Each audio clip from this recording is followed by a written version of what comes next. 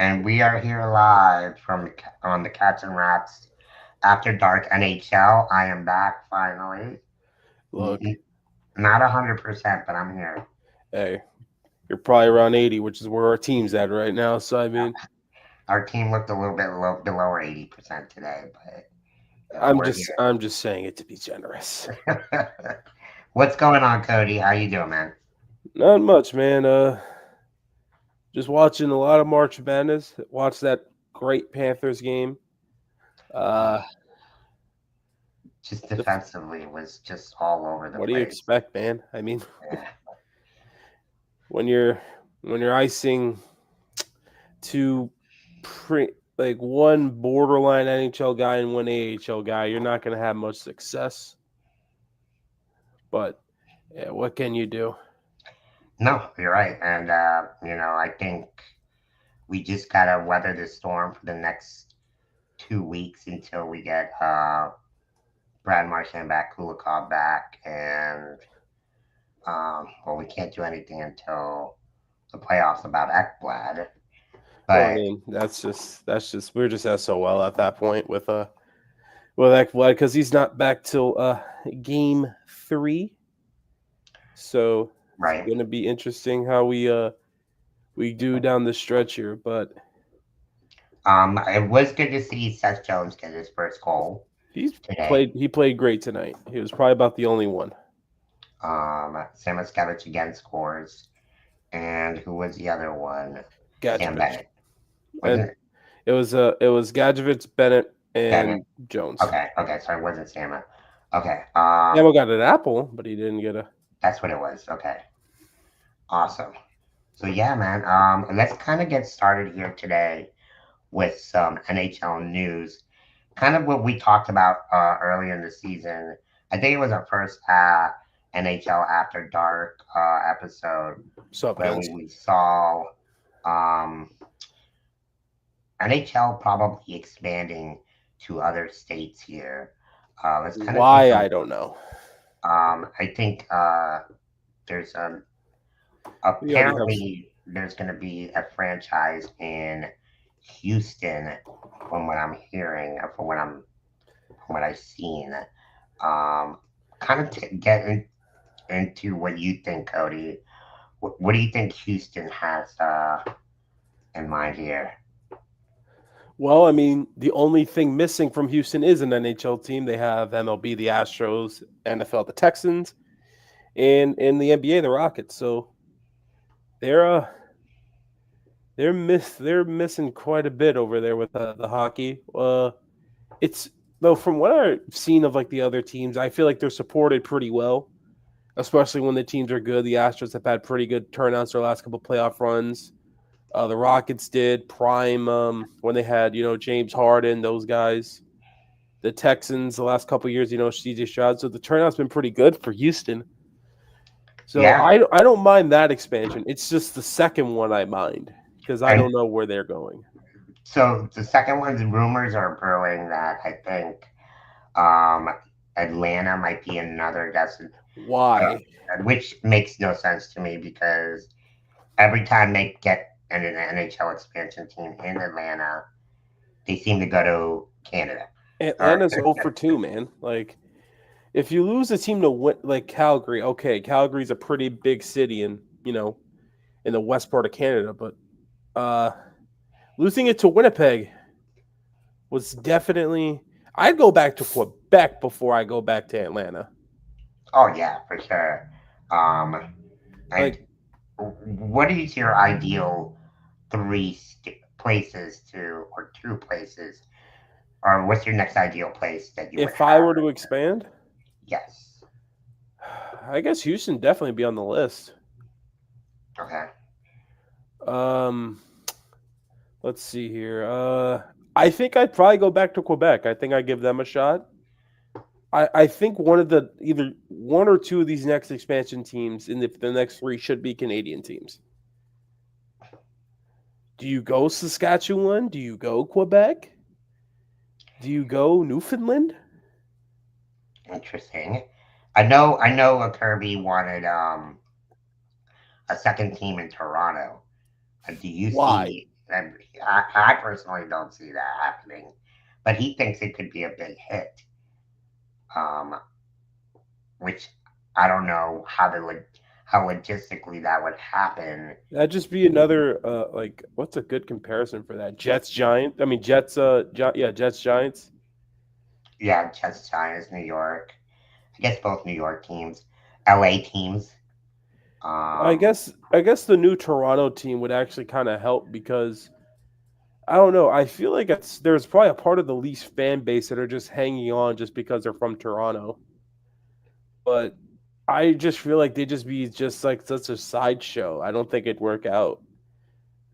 Like I don't know. It's just like I feel like like if you go to like every team, like unless they're like deeply rooted into the city, it's very yeah, hard for a team to get the quote unquote like fan base or whatever. Like if you look like Knicks, let's see, Giants, Jets, deeply rooted franchises.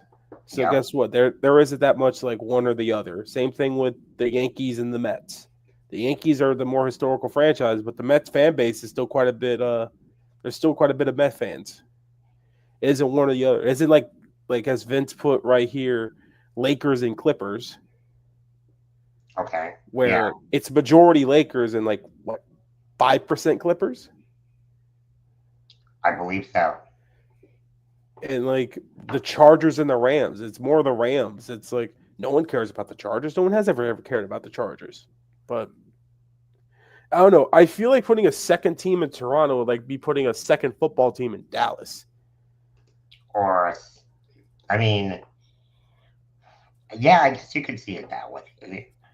Yeah, Um, because a historical franchise who was pretty much like the most profitable organization in the league. Like I don't see it happen. I don't see it working out at all. I don't think it'd be good at all. But I'd rather them go back to Quebec because Quebec has more of a you have a better chance of them having more of a rabid fan base. Remember when they went back to Winnipeg? The whole thing, like the tuna says here, all the Mets fans are just people descended from New York baseball Giants fans. that could possibly be. But you're either a Giant fan or you're a Yankee fan. You're not either or in between. It's Um, like it's like that. And same thing. Remember the Nets originally from New Jersey, yeah, and they try to go right to New York, and guess what? Still the freaking B team because no exactly. matter how bad the Knicks are, it's still the Knicks city. But I think I would like to see another Canadian team. I just don't want to see another one in Toronto. Be completely honest with you. No, for sure. But It'll what be do you interesting. think? I'm curious about what you think. I honestly, I wouldn't mind, especially maybe Kansas City. I know that name's been thrown around. Um, I don't know. Like I said, I feel like that's Chiefs country. it is Chiefs country, but what a great way to bring another sports into your city now that your football team is Oh yeah. booming. Um, just to get the excitement up again. Not because we all know the Kansas City Royals haven't done anything in years. Yeah, but that problem is they're on the up and up though. They've always been a good managed club. They like They remind me more of like the Devil Rays. Um, uh they're kind of like a good team to develop great baseball players, but they can never keep their team together like long enough. I guess another possible expansion would be Milwaukee. That's a good one. Yeah, especially because it's more on the northern side. You know, cold, I guess. And Wisconsin doesn't really have any other hockey team at all. Like Maybe that going back to Phoenix, I guess that again. that'd be another one. But I think Milwaukee be a good one because like a lot of hockey's played in Wisconsin. What about Portland? Vince, that makes a really good point there. Portland's been a very well-known city to. Do you want to know my honest opinion? What's I feel that? like you go to the expansion in Portland. They're gonna have the Panther syndrome where they're gonna have to overpay for every free agent to go to live in freaking Portland. Like, Oh, like they have tough getting NBA talent in Portland, let alone freaking NHL talent. oh, I know. It's. I guess and whichever owner or whichever think makes Whichever owner that. is most willing to spend. Yeah, exactly. Or if there's a couple people that are willing to gather together to buy a team, a co-owner, and maybe create another franchise. Like, it'd But be fun. I think we could all agree that we don't want to see another team in Atlanta. I don't think Atlanta people want to see another team in Atlanta. Like, Yeah, I don't think so either. they barely support the freaking teams they got there besides the Braves. I mean, that's the only successful franchise, really. Um, so yeah, I totally I agree. mean, hell, I'd rather go back to Hartford before I go back to Atlanta. Well, you're just an Atlanta hater in general, but I know the city. They're not going to do it. yeah, it just I the have a ton of demographic, family from Atlanta. They're not going to do it. the demographics. I don't really see it fitting there either. So 100%. It ain't happening. Like, no. Like, they have the Falcons, they got the Hawks, they got the Braves. I think that's so the only three they're going to need. question. Now we're talking about the franchises and it possibly expanding. Who would we lose? There's Erod, possibly Lusto. Who do you think we would lose in these expansion drafts? If the expansion draft was tomorrow, Yeah, all right. and it's not. I think they're not gonna have as like the Vegas Golden Knights when we didn't have that many. We I think we had less protected in that expansion draft Oh, than the one let's give previously, let's give it a right? second. I I could protect either 8 skaters or I could protect 7 forwards, 3 defensemen, and a goalie. So let's protect seven forwards, 3 defensemen, and a goalie. The goalie's Bob, out the question. Out of yeah, So your three, so you're possibly your 3 defensemen here is you have two freaking you have two main guys, Jones, Forsling. Those are the two mainly protected. yeah. Question is, do you value Mikula more or Kulikov more? I think you value Mikla, I think you 100%. probably go Mikula. So, all right, so that's your three Especially with the defensemen. contract that So Kulikov your has. your forwards. Let's knock out the guys with NMCs first. Barkov, Kachuk, Verhage, Reinhardt. Let's see. Well, I think those are the only really the 4 guys with NMCs. Okay. So now you got to protect Lundell. That's your future. So Yeah. 5. You're at 5 right there. So let's see here. I don't know if they protect Bennett. No. Well, it depends on what he gets. Like that's, I think. Oh, well, eat Mackey. That's 6. You're protecting Mackey. Mackey, unless you trade Uh, him for it. I think you're going to protect Mackey. Um, So we got 2 more, right? Barkov, Lundell. I mean Barkov, Reinhardt, Verhage, Bennett. I'm going through the lines in my head. I'm sorry. Yeah, no, go ahead. Bennett, Kachuk, Marchand, Lundell, Lusterine, Rodriguez, Sturm, Greer, no shit. Oh, so you really. It depends on who you value more, Lusterine or Rodriguez. Here, I value Rodriguez more. I value Lusto more. Really? Oh, I kind of Penalty want to kill. hear your take. Penalty kill. Okay. I guess The only I thing could with see that. Erod I can argue is he can move up and down the lineup. But I think there's a little bit more. Well, I guess so I think so that's 7 with Lusto. But if the expansion draft was tomorrow, I think we lose Bennett. I do too. Because if a new team's coming in, they're going to want to set a culture really quickly. Like, so that's where I'm at. If the expansion draft's tomorrow, but if it's like in 2 years, then then pretty much I think Erod's gone. Yeah, for sure. Though Um, they could throw a curveball in there or something, and could want some veteran leadership on the back end, and there could be a possibility where Kulikov gets taken because the salary ain't that bad. He's only no, 1.15. yeah, and you could, like you said, you could stash him in the later years in the AHL where he's not going That's to why I cost. had zero problem with the contract when because you've had two different expansion strategies. It's like that's the thing where you think about it. Right? What's up, Antonio? You have two different expansion strategies. You had the Vegas one, which was take on bad contracts and get picks, or take picks to not pick certain players, or you do the Seattle thing, which is try and build the best team you can because you ask too much to take on other guys. Correct. Yeah. Because I mean they took like three or four guys and paid them immediate. Jamie Alexiak was one. As Vince mentioned right here, Chris Drieger was two. They brought in like guys like Yanni Gore, Brandon Tanev for the culture like that. And they brought in Jared McCann, who I still can't believe Toronto did not protect. Which is crazy. But Um, yeah, I mean, it depends on what strategy you're going because Vegas's opening season kind of changed that whole just strategy idea.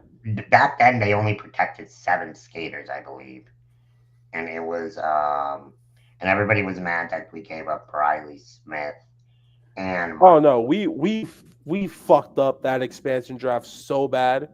It was We were the It put us worst. back like 2 years or maybe. It set us back like four It was bad, yeah. because it changed because and this is where And that ownership was when runs. Marchessault was at his prime. Like it was starting Yeah, to, and that's when Marchessault broke out, and yeah, we let him go for because nothing. remember because we had the different GM, we brought talent back into power, and that draft was so bad because we protected Alex Petrovic or Petrovich, whoever we want to say his damn name. And it did change the narrative on the expansion teams. Yeah, it did, Stuck right away. but I So, think that Vegas was an anomaly. and I think they did that because they wanted Vegas to succeed. They're like big town, um, Sin City. They Yeah, wanted it to happen. but they were also a benefactor of circumstances. They took advantage of GMs signing bad contracts, and they took on good players. Because remember, they got Shea Theodore to take Clayton Stoner from Anaheim. Oh yeah, I forgot They about that. got Marc Andre Fleury because Pittsburgh had Matt Murray. Yeah, They got Marchessault and Smith from us because we were idiots and we switched. We reverted we went from going into analytics to back out of analytics. Now we're back in analytics. I think that was a year I was mad that they protected Luongo when They had I no didn't. choice to protect the one. We had the NMC.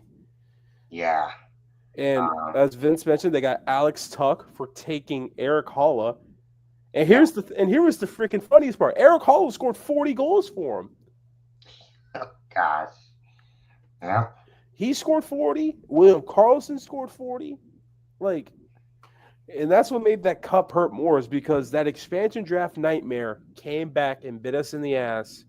And the guy we told them to take from us in that draft won the damn Conn Smythe. yeah. And Like now he's playing for Nashville. Nashville. Shout out Nashville. They beat Toronto for us. Thank you. Making tonight a nothing burger. Right.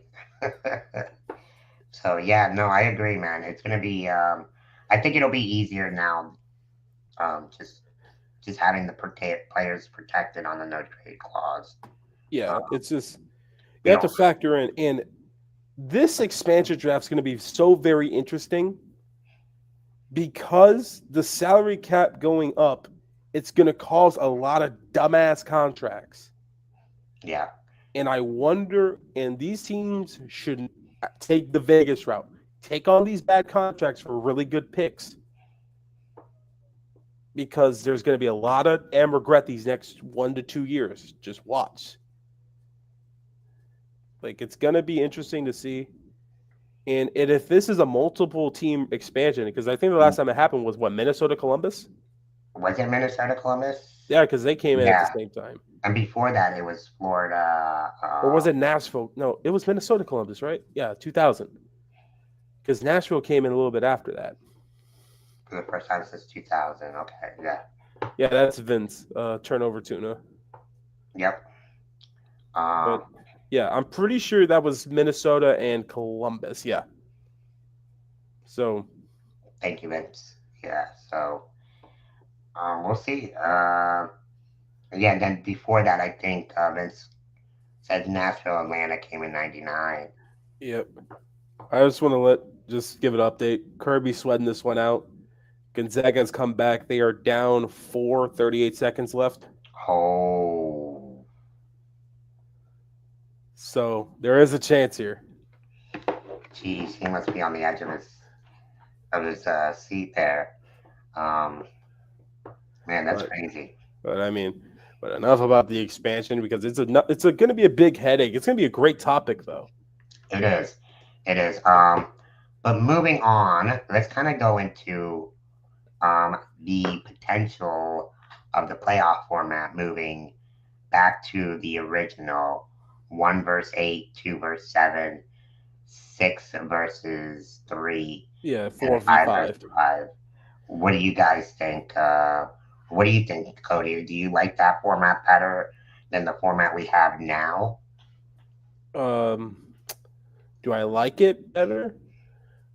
I would assume so, yes, because you're not going to get so many bloodbath first round matchups unless like a team really severely underperforms due to injuries like Vegas did last year.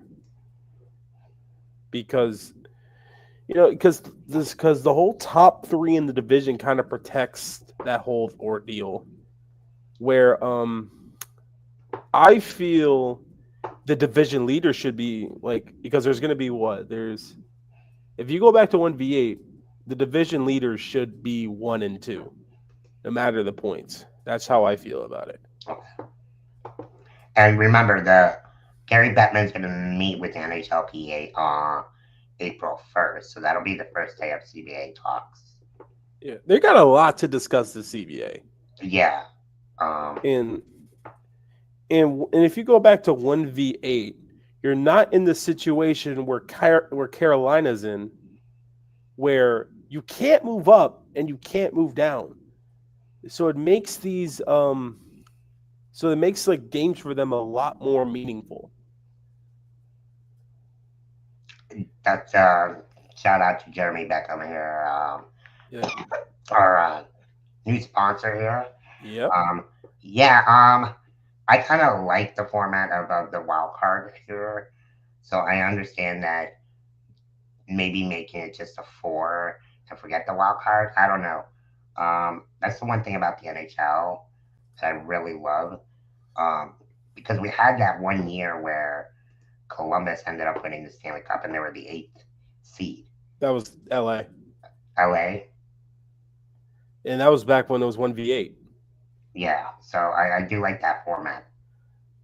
But like, because and here's the thing, and I also like it because if you're the 1 seed, you get an easier side of the bracket. You Because the do. Panthers are going to get the 2 seed and have a horrible side of the bracket. So But then they would be playing Ottawa then. right now they're slated to play against Ottawa because Ottawa's first wild card, Yeah. which is basically everything right now because you want to avoid either Tampa or Toronto. Yeah. And for some reason we're still leading that the division. I don't know how, but we still are. So that No just one does. wants to win it again like last year.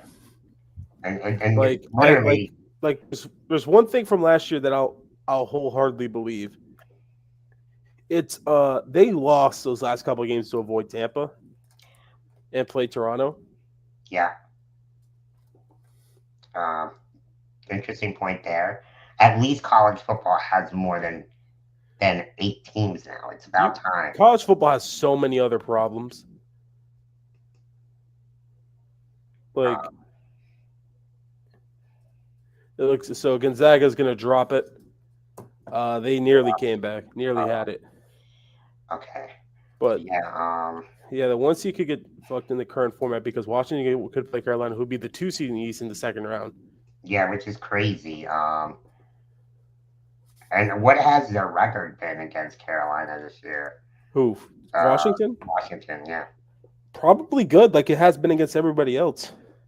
and they're still the team that scares me right now. Not really, not for me. For me, that I know you guys are all on. They don't really scare you, but they for me, that's the only team that really scares me right now. No, the teams that scare me are all in the West.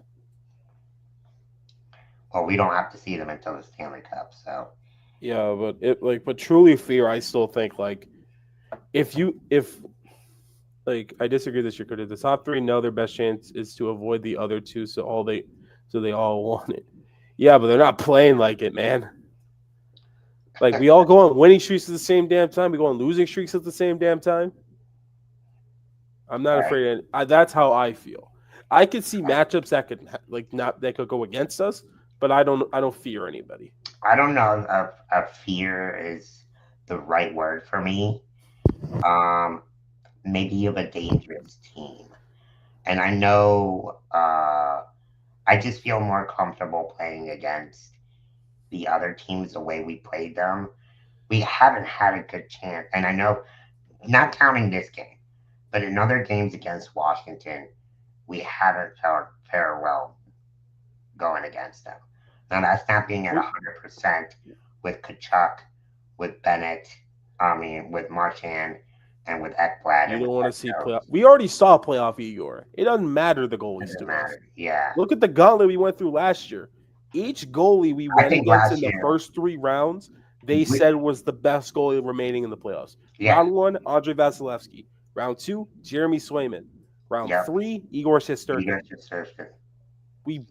We went through the goalie gauntlet. It really wasn't like hard. We went from those three to Stuart Skinner. Uh, Skinner played all right. We just played like trash games 4 through 6. Yeah, Like that was more on us than it was anything.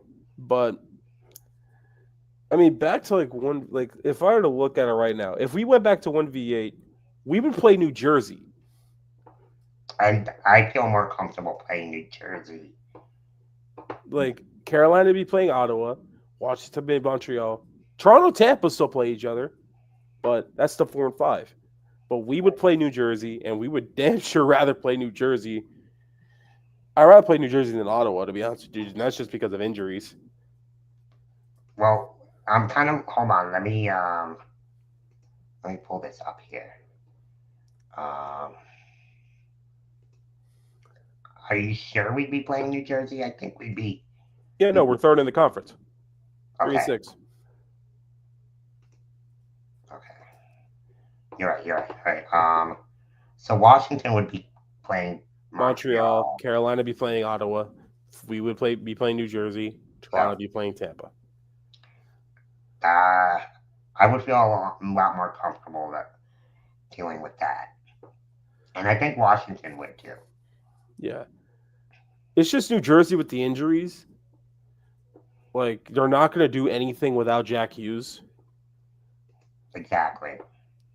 and Carolina is they're just a really good structured team.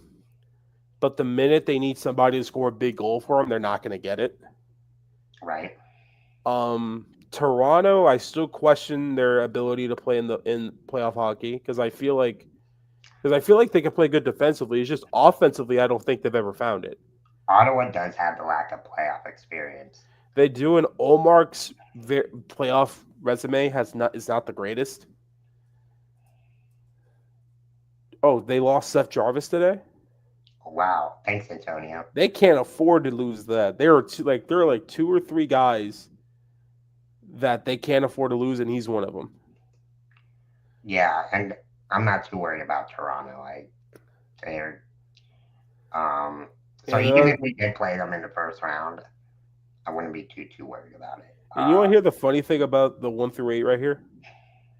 We have the best goalie as of right now. Like if we're going to these playoffs, Bobrovsky's either 1 or 2 here.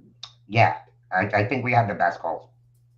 Like if you want to put Vasi ahead of him because of his past, that's fine. But Bob's done the same thing he's done so far. Right. Ooh, Edmonton scoring. Oh, Nugent Hopkins, let's go. Uh, but in terms of that, it's just like Tampa's really the only team that I quote unquote would like are like kind of worried about. But at the same time, I'm not because I feel like we match up very well against them.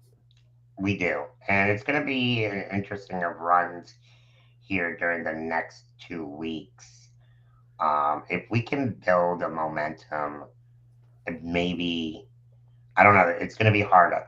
Luckily, we play Pittsburgh tomorrow. I think that's going to be a crucial game. Coming back home, Pittsburgh is basically out of the playoffs now. But that's the scary part. They have nothing to lose. They don't. They don't. And I rather play a team. Like go back down.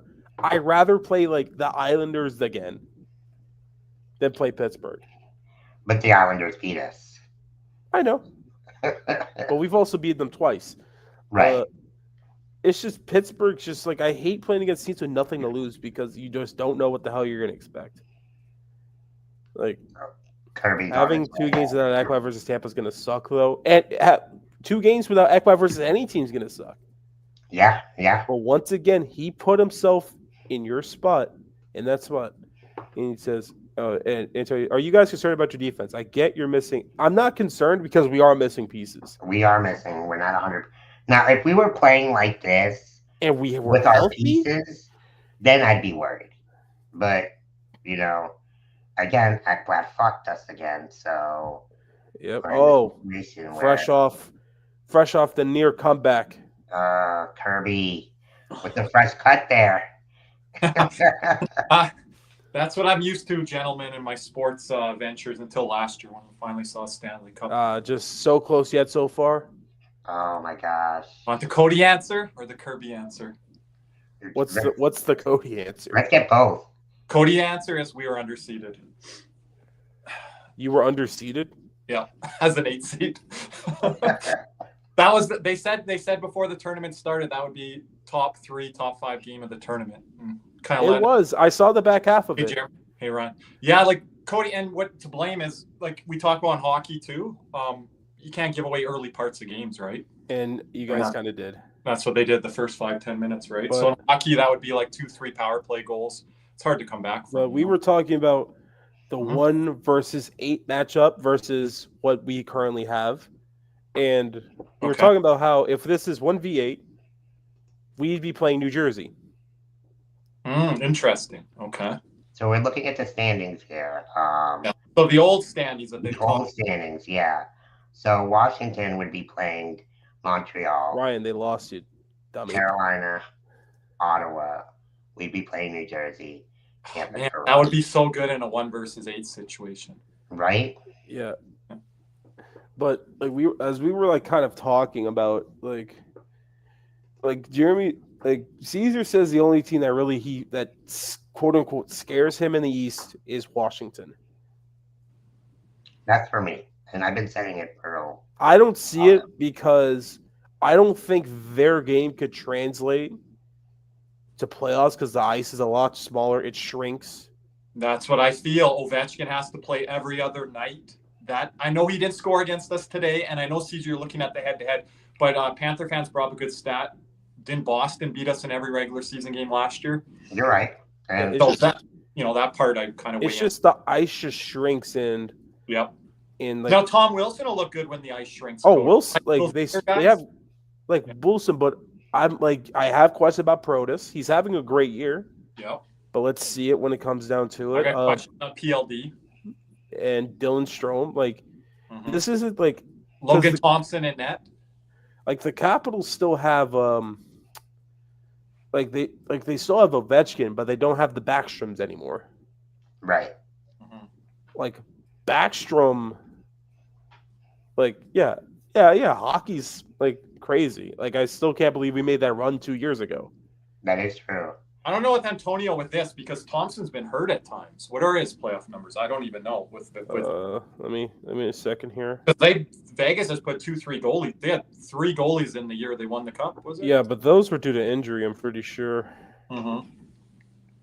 And I don't know. Ever since Cassidy went into power, he's only played 4 playoff games. Thompson has. Yeah.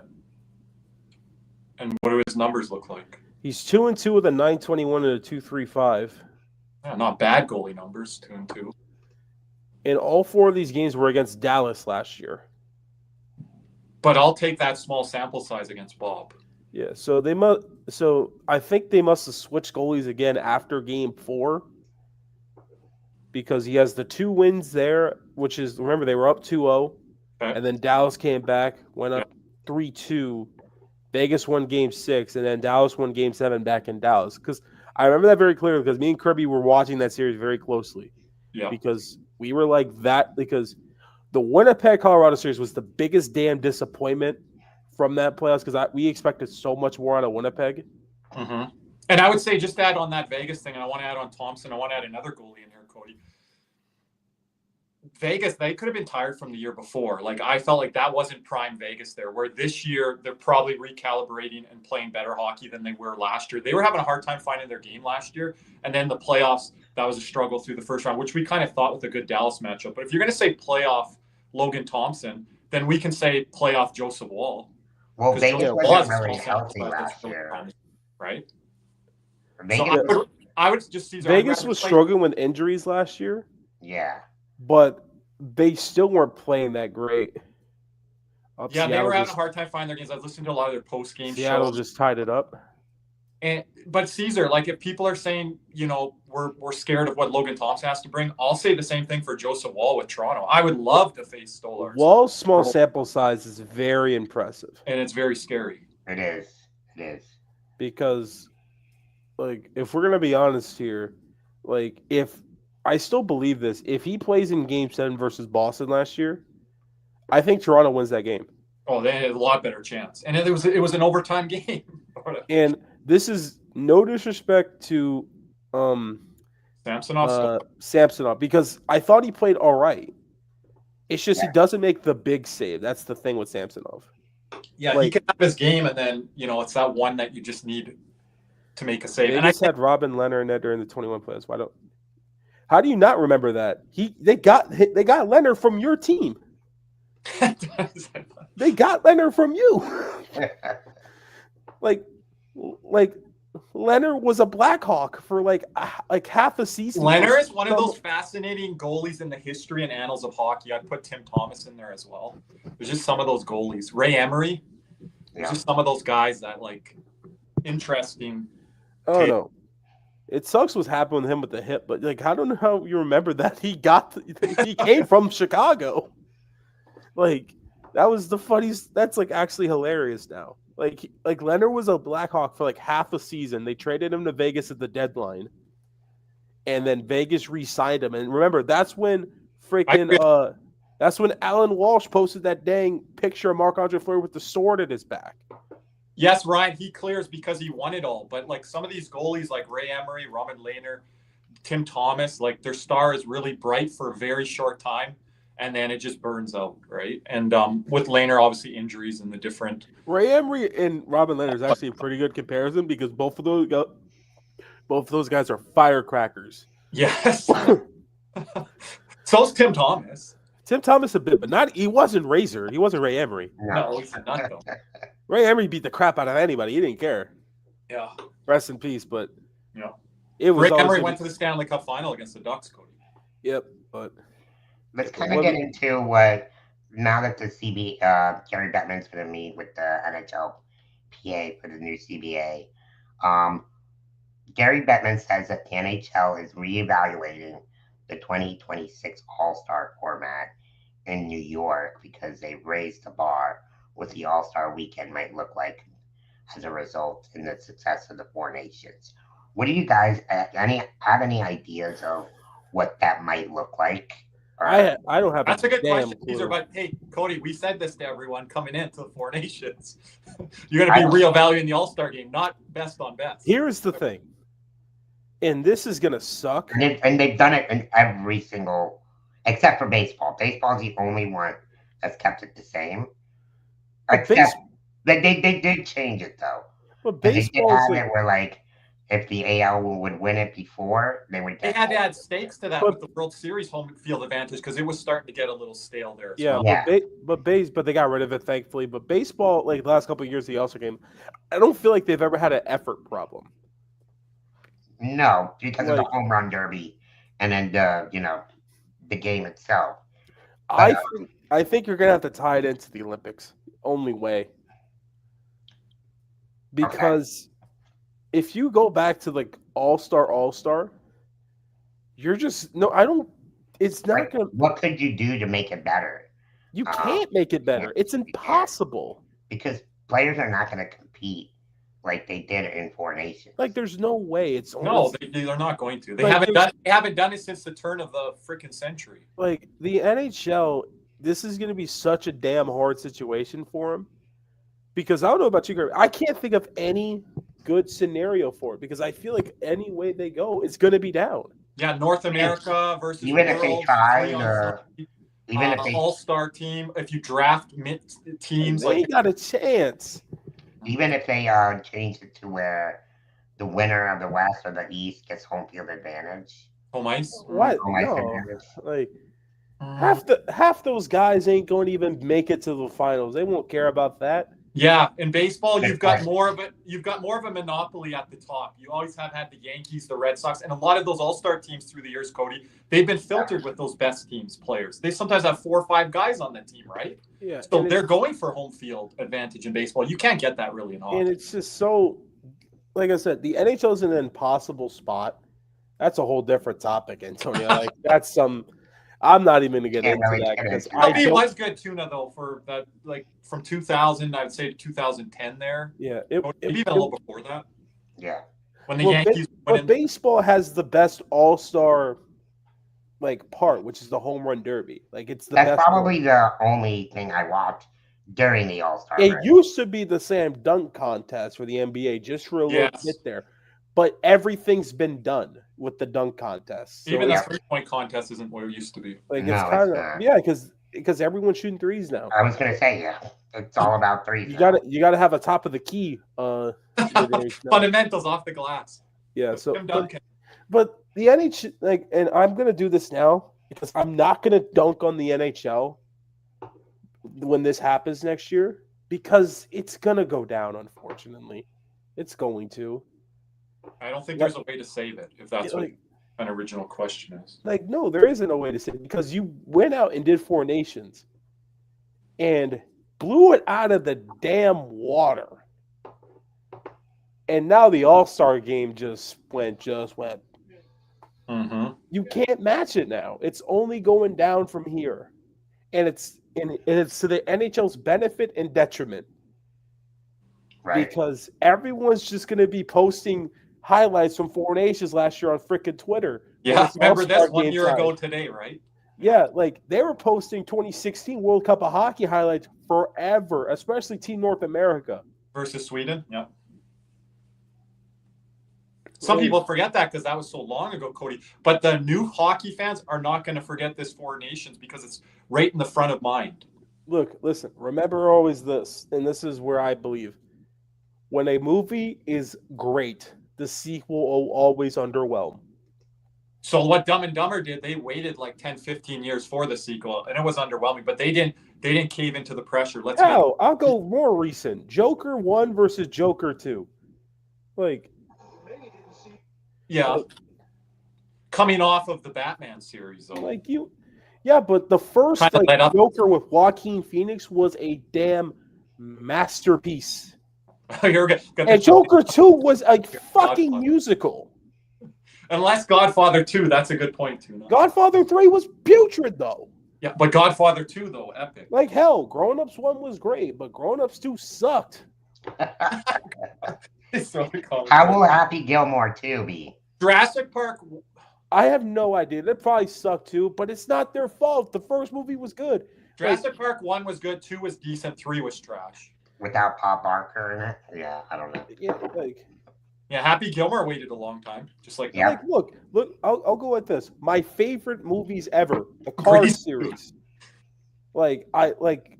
Cars is my favorite movie ever. It will never be topped to me. Yeah, that's where you guys show your age up with me. But Cars 2, Cars 3 sucked.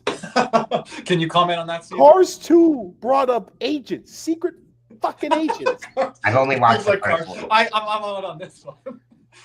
And Cars 3 was Lightning McQueen retiring. Nick's That gonna come sucked into the chat. too. Nick's gonna come into the chat here. Look at Ryan.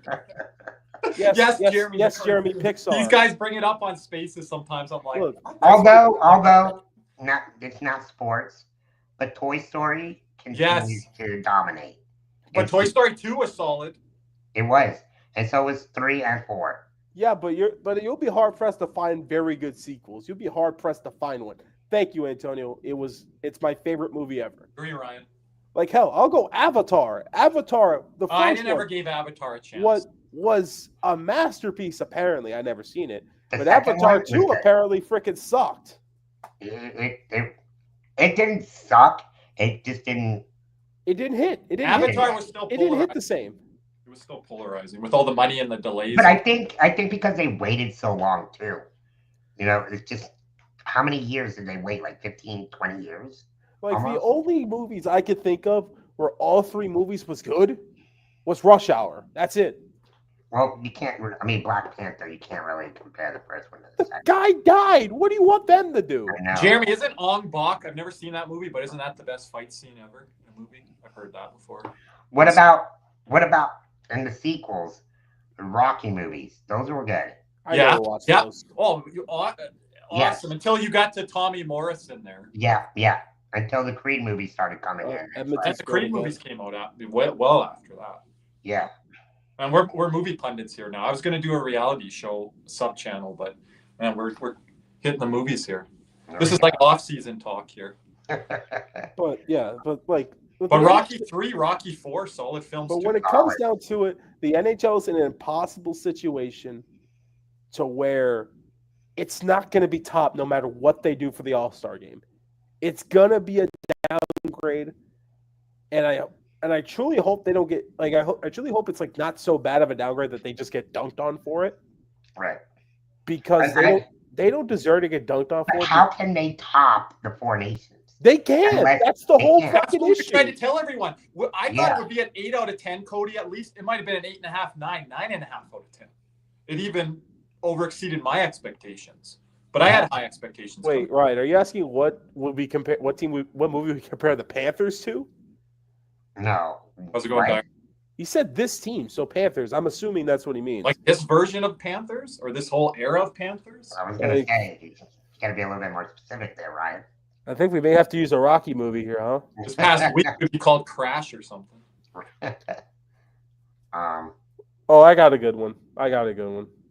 This season, he's saying this season. Herbie Fully Loaded. Never seen it. If you know that movie, you know the movie. Who's in that? Lindsay Lohan. Okay. Did she die? Fully loaded. No, she didn't die. She was just a drug addict. Okay.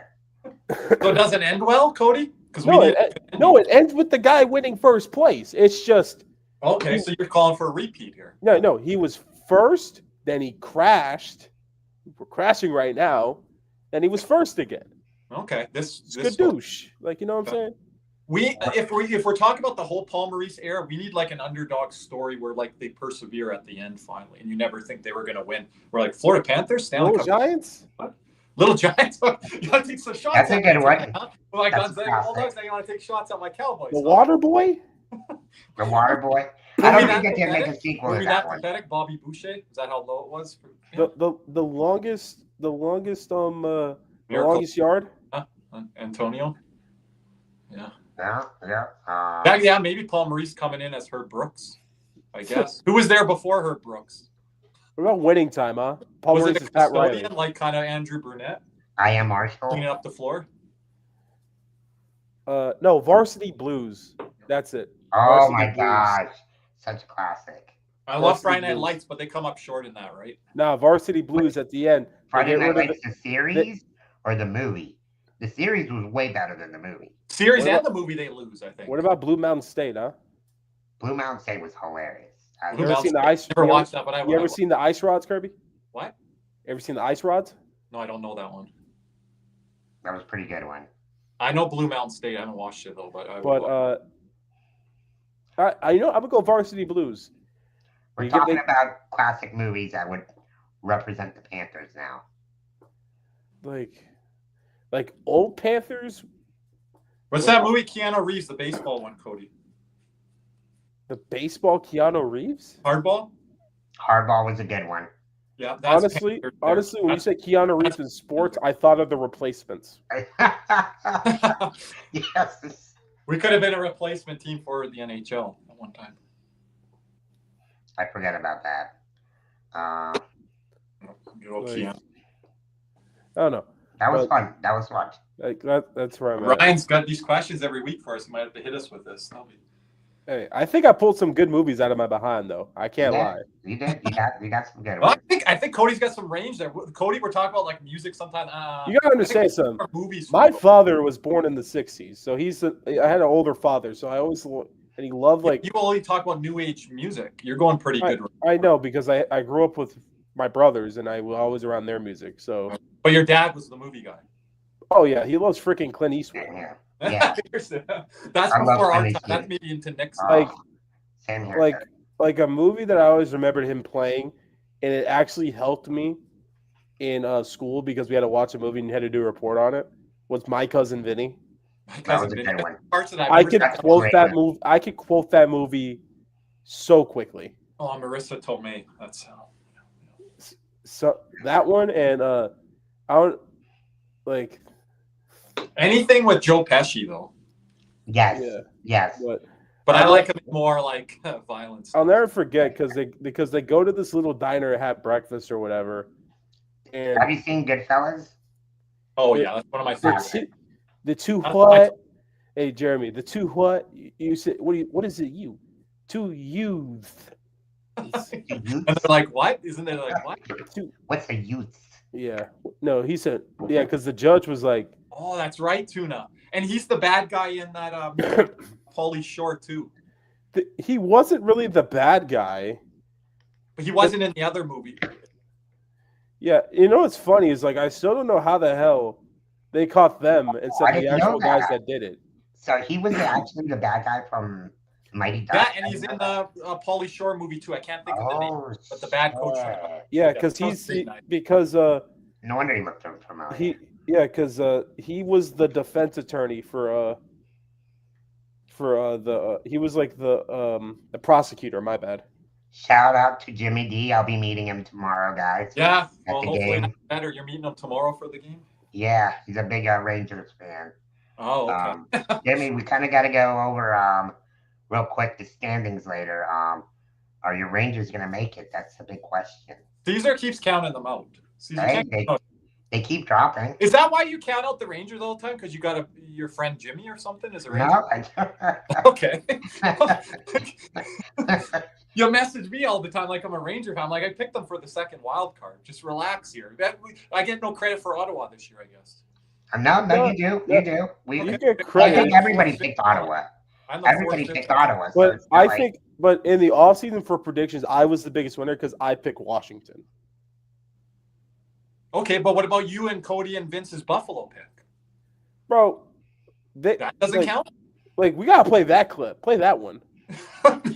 Scored on their But own. Cody, I damn do give net. you a W on Washington. On Minnesota, St. Louis, I don't. You were in and out. You were wishy-washy on both. I was out on St. Louis. I was still in on Minnesota. I never wavered from Minnesota.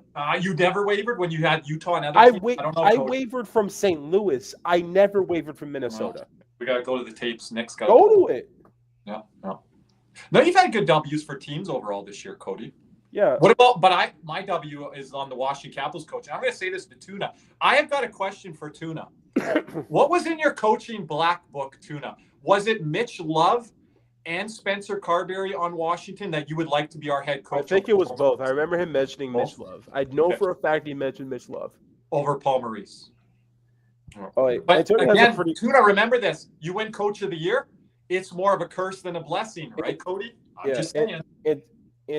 Antonio has a good has a question, and I didn't get to answer this earlier. Yeah. Thoughts on Vanecek? I think he's been perfectly fucking fine. He had no chance today. He had zero damn chance. We could have had prime Dominic Hasek back there. We weren't winning that game. You could have put my fat ass out there in the net, and I still wouldn't have blocked anything. Put 3 Caesars out there. We still lose. Like it was you want to see the Sens versus the Panthers in the first round, Dyer? Get ready for smoke because that ain't going to be an easy series. That's just going to Chuck Brothers is just. I got one word for you, diehard misconducts. That's what you're going to see. A lot of those. How are they going to get a penalty? You get a penalty. You get a penalty, and you get a penalty. And me and Cody will say we deserve some penalties if we're not moving our feet and taking stupid penalties. Today was kind of bad. I didn't like some of the calls today. Yeah, it was kind of. But Vanecek, I have had zero problem with. I've had zero problem with him. Like, he's not going to bail us out, but he's doing good enough to me. I didn't agree with the fans today that said we need to find a save somewhere. How can you find a save when the defense is just turning pucks over left, right, center, pinching bad? What do we have, like 5 breakaways? You're trying to find a save with after that on Ovechkin. You're trying to find saves on the break. You want to know where we found the saves? On the PK. He was great on the PK. Yeah, there you go. We're not asking him to start those one-timer shots, Cody. Yeah, he was stopping them. And covered them. But here's the thing: I'm not going to ask him to bail him out us on a 4 breakaways. Yeah, I know. Someone's like, "Oh, they gotta find a save, Kirby." I'm like, "You gotta give him a chance." Like fucking hell! Question: would you rather have had Bob start tonight and maybe Vanek tomorrow?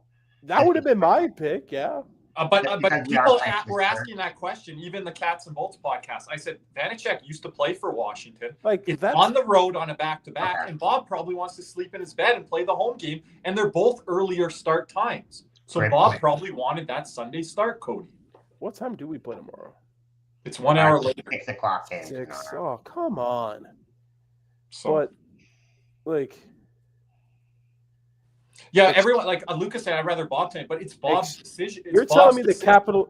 Wait. You're trying to tell me the Capitals had 2.81 goals expected? They had 5 fucking breakaways. They did. Lucas, you're surprised they didn't pull Vitek? I would have pulled him just to say it's not your fault. That's what I would have done. But then you got to put Bob in net, and he has to start the next day. Yeah, so I don't know if I want to do that, right? I don't want to. Maybe if it was like.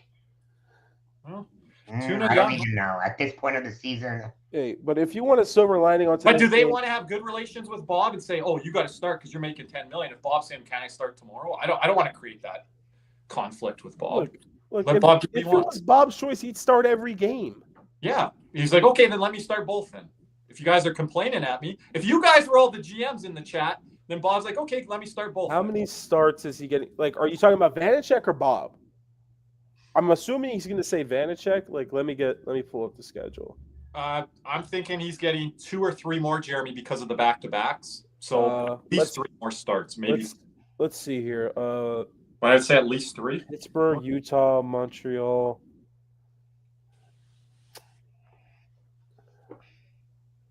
Real quick, and then we'll kind of go into. That's a hot take there, Lucas, because I don't think a bunch of our guys on defense were great today. All of our guys, not Bjornfoot. Horsing didn't play well. But like Mikla, he made mistakes out there. I think only Seth Jones and Schmidt like the first goal, like the first breakaway or whatever. That wasn't on Bjornfoot. Bjornfoot did his damn job on that play. I'm not blaming him for that. On the line change with Barkov and Mikla. Yeah, he pitched up and tried to keep the puck in the zone. That's the damn system. Yep. And then Mikla didn't get the puck deep, right? Yeah. So it's just you guys got to go back and look at these goals. There's a lot of guys to blame. And I guess in the breakaway, the pass gets right through Forsling. He goes right through. Forsling got beat on 1 or 2 of the plays, and one of them, Vitek made a save. I think it was. Bob is getting paid. He needs. I hate this damn argument. You can't. We always hear this after losses, though. Yeah. And I understand. I'm not running him in the damn ground when I got another cup run. I got to get him. Yeah, exactly, Cody. We can't run him into the ground. Yeah, especially. You don't think he's made his money yet already? I'm wearing this hoodie because of Sergei Bobrovsky. That's the thing. Like, we need him for the playoffs. He's not going to sit a playoff game. Look, Because the fans would be like rest Kachuk, but why doesn't Bob get that afforded chance? Or We rest- need Bob as much as we need Kachuk. Wait, hold up. Does anyone know why the Devils? Because Vanacek was not good in the playoffs. His playoff numbers are fucking horrible. Yes, Jeremy, he needs to play all the playoff games. Sometimes me and Cody get calls on the post-game show, and they're like, should we go to our backup for the next game? No. Why? No. Bob, every game, every start. And you know what's crazy to me is like, with like people in some of the chats were like, oh man, I wish we still had Stolar. Stolar's had 5 games at least like that last year, man. And he did start a game last year against Edmonton, and he shit the bed too. So. Yeah, but he wasn't good. He wasn't going to be good in that Edmonton series because Nick, and Cody talk about he can't defend east to west, and all Edmonton did was just go cross ice, and they had Stolar swimming, and that's a tough start for Stolar to come in the net. And you want 5 like Stolar starts where he was bad. You have the 2 Islanders, the Blackhawk game, the Ducks. See, this is where I disagree with you, Jimmy, because you guys need to make the playoffs, so he needs to start. Bro, I feel the same way about Chesty, and Shesterkin is younger than Bob. Like he needs to be. And he is. That's a little bit different situation. Well, here's the thing about Chesty. He's being paid to be the best player on the Rangers. And the best goalie in the league. You got to remember, the Bob contract was given out out of desperation of a GM trying to save his job because his other goaltending, the other goaltending he tried blew up in his face, which was the Reimer-Luongo tandem. It sucked. It was an act of desperation by Tail Talon, which was one of like the last 2 good moves that he made. Yeah. No, 3. My bad, 3. Because Bob signing 1.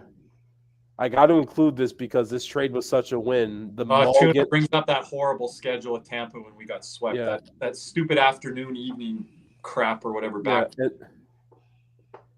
And then the Mulligan for Marchman deal. I got to give him credit for that. And then getting Luster-Ryan from Carolina for Trocheck. No, I think Talon was a good trade, guy. People don't like it because of the contracts that he signed and obviously the expansion draft. The only bad trade I remember him making was the expansion draft. The David Booth trade was good. We made the playoffs that year and won the division when we traded away. Trade-wise, he wasn't bad. It was fucking the free agent signings he sucked. Because he tried Bolin, that didn't work. He tried Anton Strawman. He overpaid for him. Ryan will take all the Luongo questions today. I don't want to get into Luongo. Who's the worst goalie once the East playoff starts? Assuming every team's in it, all 8. And let's kind of get into who might make the playoff. Let's look at the playoff race real quick. Secret loves the playoff race. Dude, Ottawa's in. I don't know how the fuck the Islanders are still lurking. I don't get it. They are always when you count them out. And they still got 2 games in hand. The Rangers won today, but there's still 2 games up. Oh, they won today. You didn't message me that they won, Caesar. Okay. No, I didn't. like Montreal. But everyone's inconsistent. Look at those teams, Cody. They're all inconsistent below Ottawa. Montreal's probably the only one that's been consistent the last. Yeah, but they were before that. They were they were garbage before 4 Nations. Oh yeah, of course. I think they've been the hottest team after 4 Nations. But you guys don't think that's going to cool off? It could. Columbus couldn't buy a goal for a week. Detroit does the Detroit thing again. Yep. Columbus is 2-7-1 right now. Columbus had a tough schedule, and I told you guys all this on After Dark. Look at their schedule ahead, and now they're in the middle or at the end of it, and look at what their record is in the last. But all right, so you're saying Ottawa and the Rangers make the playoffs. Who's the worst goalie? Probably Kochekov, honestly. I like Kochekov, but the worst of all the goalies that are in the playoffs. Are you taking him over? I'll give you. I'll take Kochekov over Stolarz. That's just me. But I think they're starting Wall. Yeah, I would probably lean Wall, but it's not a big gap between him and Kochekov. Yeah, but Markstrom this year, yes. You're not taking him over Markstrom. You're not taking him over Thompson. You're sure? No, I guess not for this year. Not this year, but next year maybe.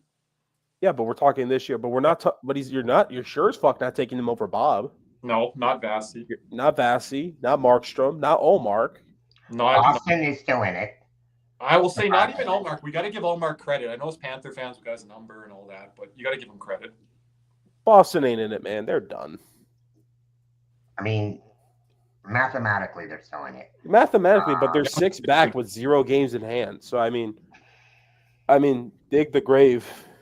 Like, it's done. But if Kachekov's the worst goalie, that's not bad when you're looking at these Eastern Conference playoff teams, bubble teams. It's not bad. Kachekov or Skinner? I'd probably lean Kachekov. Yeah. Same here. Yeah, but you can make an argument that right? Skinner's probably going to be the worst goalie going into these playoffs. Ryan hates Skinner, though. Ryan, you'll say that every year. Because there's just too much pucks going through him right now. And you don't know what you're going to get from him from one game to the next. And you know what's funny? He's like, but I don't hate Skinner. I don't hate him either. If he becomes a backup or a 1A, 1B, I'll look at him in a couple of years. Hey, I'll take him as a backup. So real quick, kind of to end this. You guys still think it's going to be Ottawa and New York? I don't know. I don't know right now. I might lean Montreal now. I'm not big on much, and I don't like Montreal. But I'm not counting out the Rangers until they're dead. I'm not doing it.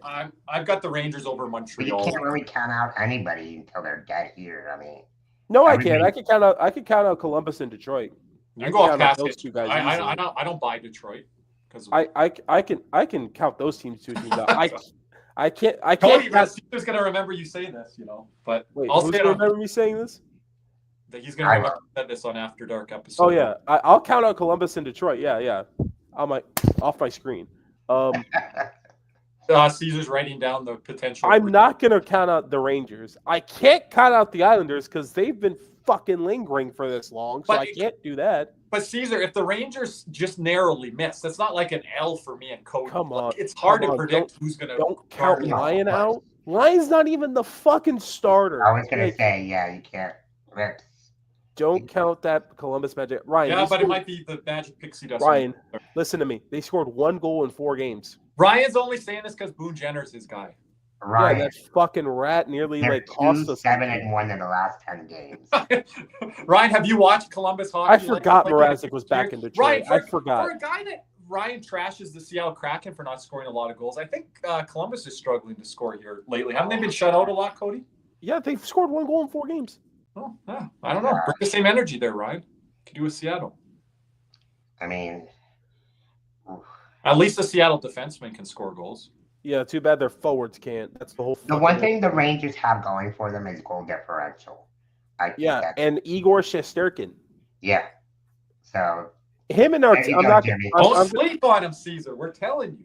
I'm not going to sleep on Artemi Panarin either. He can pull some magic out of a hat. Yeah, and I could. But he needs some help from everyone the fuck else. Yeah, I'm not a Dan Bilesma guy. I didn't really. CBJ actually has good coaching. Yeah. Can I get a W on Travis Green then? I said I think he's gonna be good for 1 year and then be bad the rest of the contract.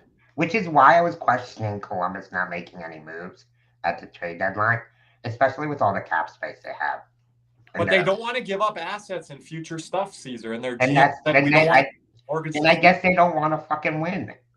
Well, you can't look at it from a Florida perspective or as a Florida fan. I'm not even saying mortgage the future. I'm just saying, like, if you want to win, you got to do everything you can to win. Yeah, but the problem is not everything. The problem is just they're a little bit too early, and I think. And that's how you get fired, Caesar. Cody, if they make all these moves and make the playoffs, I'm not saying make gigantic moves. Do I want to get fired as a Caesar? Do I want to get fired as a GM because I made the playoffs way ahead of schedule, and then next year and the year after the pressure is now on me? Then you get fired. Yeah, like they could have done some like slight things. I know Tuna's with me on that. But the thing is just I just think they understand. Because here's the thing, I think this is where I think teams understand where they're at, and I think Columbus knew they weren't ready. Thank you, Jeremy. Scared money don't make money. But then scared money don't make no money. But first, you got to make the money in order to fucking spend it. They haven't made it yet. The expectations go through the ceiling. Right. And this is professional sports, Caesar. You know, then what have you done for me lately? So Columbus makes the playoffs. They go on a 7-game enthralling series. And Like- then next year, Cody, what are they? Second, third last in the Yeah, conference? like And you get All right. they Then, need so him. then let's look at the Predators then. Look at last year. that I guess, Predators are on the other end of the spectrum. They're trying to compete. They're trying to win. They're bringing in players like Stamkos. And look at their ass now. Yeah, That's pressure on our guy that we knew, Andrew Brunette. And look what he's doing with pressure now. and fucking Barry dumbass Trotz. But Cody, go back to the bench. The office ain't working. But in terms of just like we can go like to the goodness, west, just going deep into the names here. like Luca Pinelli or what Will Whitelaw into some, like I don't give a fuck about those guys. But Trotz and Brunette are the reason. No, They're I'm going to say Bruno. Yeah, you're a Trotz guy, but here's the thing: Trotz ain't behind. I'm not a Bruno guy. But Trotz ain't behind the bench. He's making the decisions, and he's made every wrong decision. So Trotz Because Columbus probably saw what Nashville did, and was like, if they make it, we'll just make it with what we got. In the future, if they'll need to buy in the future, they can still buy in the future. Cody, they made a mistake with too many right-handed shot guys. I told you that at the beginning of the year when I was doing my. But Caesar, go back. Let's just show the West real quick because the West is a lot closer, and I think it's a lot more interesting. And me and Caesar broke down the West a couple weeks ago because those teams were. Yeah, that's a couple weeks ago. Weeks have changed now. Did you guys want to play the Renton and stuff? Let's see here. Let's go down to the West. I don't know, Antonio. I'm a big Rantanen guy, but yeah. Did McKinnon make Mikko? No, let Mikko fucking give him a second to adjust. Yeah, I'll give that answer because there's a lot of weapons there in Dallas, and so realistically, marinate there. In the West, there are three teams pretty much still in it, but it's a lot closer race. Ryan thinks St. Louis is already. So this race is kind of a little bit closer in the West. Yeah, it's a lot closer. Like it's pretty much. It actually maybe more about the same, but. Well, I didn't think anyone was going to run away with that bottom wild card spot in the West, just like in the East. Like Vancouver's just not having Demko for most of the years really fucked them. I mean, a lot of the locker room stuff and yeah. I want to see Calgary get in. I wouldn't mind seeing that. I'm starting to count them out, Tuna, a bit. And, that's weird. You might say coming from me that lives in the city, but I don't know. Like, when you just run out of gas at a certain point, but them winning these overtime games and stuff, I don't know. And you want to talk about can't score. Calgary legitimately cannot score. No, but I tried to tell Carly when she did the midseason awards. I'm like, where is Dustin Wolf? Where is he, Carly? Like Dustin Wolf if Calgary makes the I playoffs, saw that coming from a mile away this year. Like if Calgary makes the playoffs, Dustin Wolf probably gets about, a couple Hart votes, like 7th, 8th place Hart votes. Calgary has 2 games in hand. So and this is what Ryan says. This is what I was talking about with Columbus. Calgary gets in, and they could get steamrolled in 4 or 5 games. Yeah. But they also is that good that Calgary got in? But you can argue one way or another. But also, Dustin Wolf. They're not giving up anything. But they also could do what Dallas did a couple years ago when Andre just went ballistic against Calgary. So you're saying Wolf for the goal saved above expected, and he just Wolf has the ability to do that. Okay. Like, we'll see, but Calgary can't fucking score on anything. Like, I mean, that's been a problem all year for them. Just like what Columbus is finding right now, Calgary's been like that the entire year. Like their goals against aren't bad. They just can't fucking score. Yep. Right. And their defense, guys, it's been a weird year. Like Rasmus Anderson started really well, then he cooled off. Uyghur hasn't had quite the year that he had last year. Miramonov has really struggled for the Flames. He was top 4 guy for them last year. Sharon Govich has had a sharp decline for him after scoring 30 last year.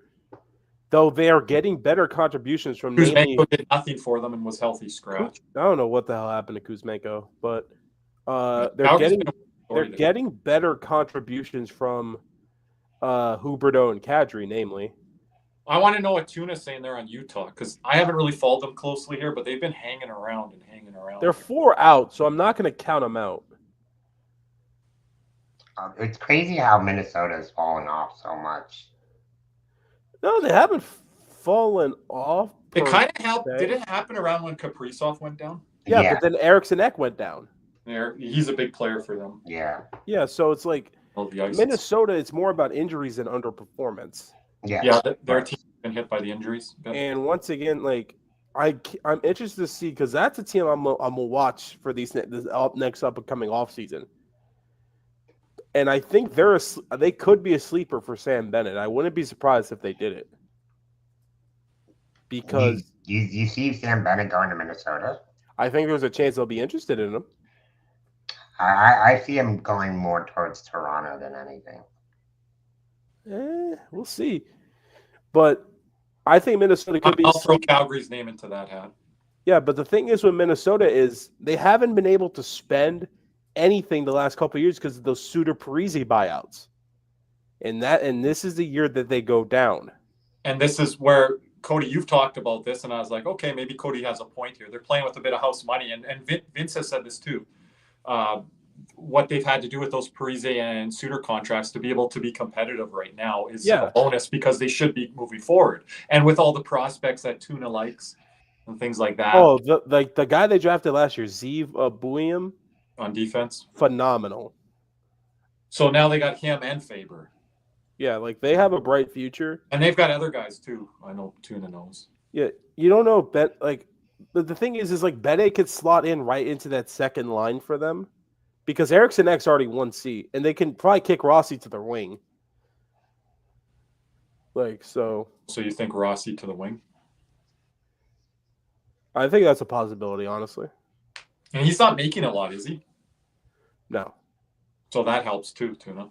Oh, we forgot about David Jiricek, the guy they got from Columbus earlier this year. He's yelling at us. So there's a lot of young defenses. So you would call Tuna, Minnesota, the Montreal of the West, what they have on their defense for when it comes to prospects? I would assume so. And they also have Jesper Wallstedt, that highly touted goalie prospect. Oh, yes, I'm a big Wallstedt guy. Yeah. I don't know why Edmonton did not draft Wallstedt if Ryan's still in here. What the hell was Edmonton doing? But he's saying better than Montreal. Better than Montreal. Okay, wow. So would that include Gooley?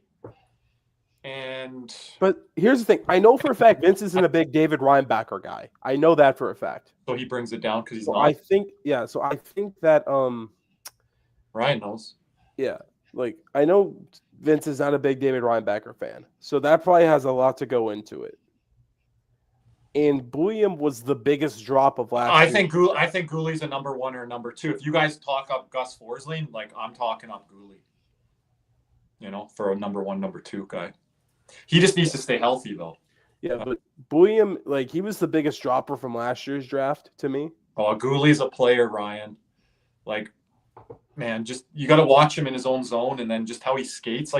He's built for today's NHL, moving the puck and skating and things like that. Reinbacher, I'd have to see him a little bit, Cody, in preseason and different things like that. I think Gooley's more of a 2. I don't think he's a 1. I don't think Reinbacher is going to be like what the guy is in Chicago there. Who? The defenseman, the young guy. Levshinov? Yeah, Levshinov. I'm high on him. Levshinov could be above Gooley and Reinbacher. Reinbacher is more of just going to be a steadier defenseman. But Montreal has so many guys. So, if Hudson's your 1, then Gooley can be your 2. Reinbacher could be your 3. You've got Wi-Fi, other guys further down the list. I'm probably missing a name or 2. I have questions about their... Atkinson's still there. What? I have questions about their down the middle, but in the future... I'm with you, Tuna. Send me Levshinov stuff in the summer. No, Vince, send me Matt Basharavan stuff. I need that one. That's Cody's guys as much as our guy might be Levshinov. He's the only good defensive prospect we have. The only fucking Cody, one. I hope you're true. So not even Vince's guy anymore. Who's Vince's guy? From the Quebec Major Junior Hockey League. What, Nos? Yeah, you're just counting him out? I have no idea. I have zero clue. So let's kind of get into what Edmonton. Send me the grainy footage, Vince. I'll take it. What's that, Caesar? Go ahead. Let's kind of go into what Edmonton has gone through the last week. Let's take a look at the video here. You maybe didn't see, but will see now. And I will say this Louie and Jack, as Connor came off the ice at the end of the second period, as I was waiting for Jeff Skinner, he just looked, I would say, uncomfortable, and even more uncomfortable now, not only for Connor and the rest of the Oilers in Oil Country, but the captain of the Edmonton Oilers is not on Edmonton's bench for Chris Knobloch to start the third. You maybe didn't see So the Leon Draisaitl and Connor McDavid to the lineup here for the Edmonton Oilers. So they ended up tying it or being in overtime the last game. They're winning right now, so they're doing pretty all right. Up on Seattle right now. Yeah, 4-2. They're- Nugent Hopkins is having a pretty big game right now. This would be a Caesar question here. Does this hurt Leon Draisaitl's heart chance? I know who Cody's leaning to. Do you? I know who Cody's leaning to. I know who should win it. Looking between the pipes, huh? There's not been a more deserving guy. No, I agree. He's in the top three now, Connor Hellebuck. He's always been at the top 3. He's fucking won now. No, Yeah. you were on it early, Cody, and I was like, yeah, I can kind of see that lean there. But now to win it, Now to win it, He had like who else? McKinnon's the other guy that's They're not going to give it to him because really Colorado hasn't been that dominant due to the ranting and stuff. Like, but before McKinnon's- that injury, McDavid was not having a hard year. McCarr's, I don't think enough to be into the Hart race, but I think he's a lock for the Norris. But he'll get maybe top 5 Hart votes, McCarr. But I don't know if McKinnon's taking some of that away from him. an assist merchant. Assist merchant. Ryan, don't hate on McKinnon. Ryan, anytime if Colorado and Edmonton play this year in the playoffs, we got community back. I mean, McKinnon only has like 77 assists. I mean, let's see. Antonio says. Can't win the Hart. Yeah, sure as fuck he can. yeah, he can.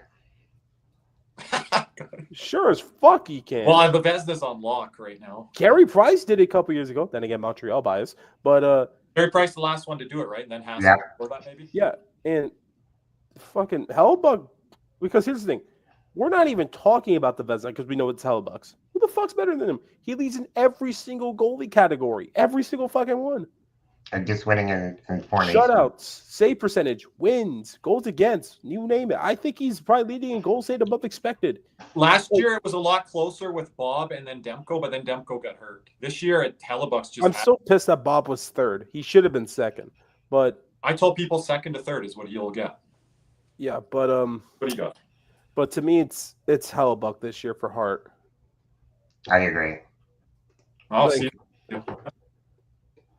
Like, I think it's going to be real close coming down the stretch with McKinnon. If Draisaitl doesn't return, that could eliminate him from. yeah, but if Winnipeg wins the President's Trophy, it's a lock, I think. for the President's Trophy. Yeah.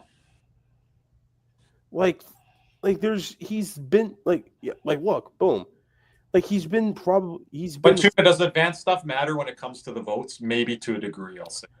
I think to some voters, but I think if you're talking like some Jim Matheson type voters, no, and I don't think it does. Yeah. Especially when it's the Hart, they'll look at that maybe for the Vezina, but for the Hart, I don't know. Ooh, big save from Decord right there. But to me right now, it's just I think the Calder race is very interesting to me It's only got more interesting as we've gone along. because Hudson has a big say in it, so does Dustin Wolf. And I think Macklin Celebrini has a bit of a say in it as well still. Macklin Celebrini probably been arguably with Wolf the most consistent. Remember, He's been the most underrated started rookie, hot. probably. Hudson started hot, then he cooled off, and everyone just started bashing the guy. And then he got hot again. And he got hot again. So I don't know if I'm giving it to You know what's funny? When was the last time a first overall pick was kind of underrated when it comes to being a rookie? Yeah, Celebrini with It's these been a long time. Yep, since these names have come into the league here. Like, because Celebrini's everything like a Kirby guy is. Yeah, I need to watch him more. High IQ, smart, doesn't shy away from contact, isn't soft at all. I think those are your top 3. Like, here's the thing. I might lean Wolf, but then I also think Does Celebrini. Calgary have to get in for him I don't think so. to win? No. Like, it sucks for Celebrini because if his team was better, he'd be running away with this thing. Yeah, it's hard out west there to get a lot of exposure, but people know who Celebrini is.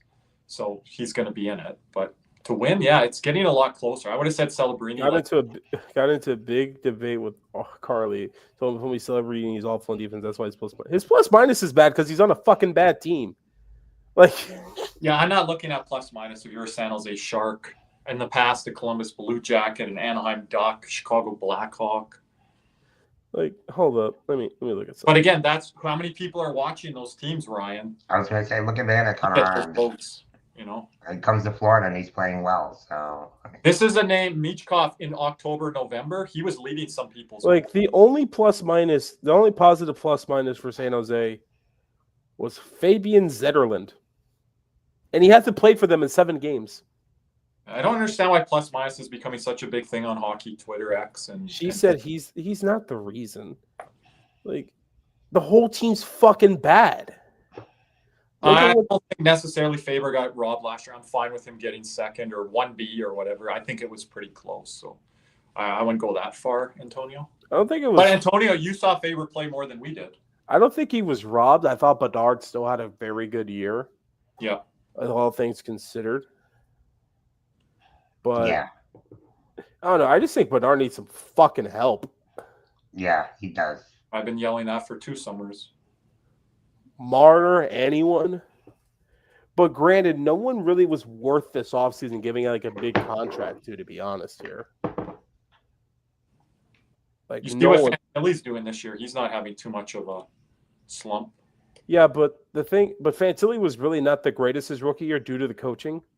Mm-hmm. And it's either you either have a bad rookie year and a good second year, or a great rookie year and a bad second year. That was kind of like Beniers. Yeah, like Beniers hasn't gotten any fucking help at all. Like, I thought he'd be further along. Yeah, but Seattle hasn't given him like any like a dynamic winger or anything. Like, I understand like bringing like Montour and Dunn to help out the back end, but that's not going to help Benier get more. Mm-hmm.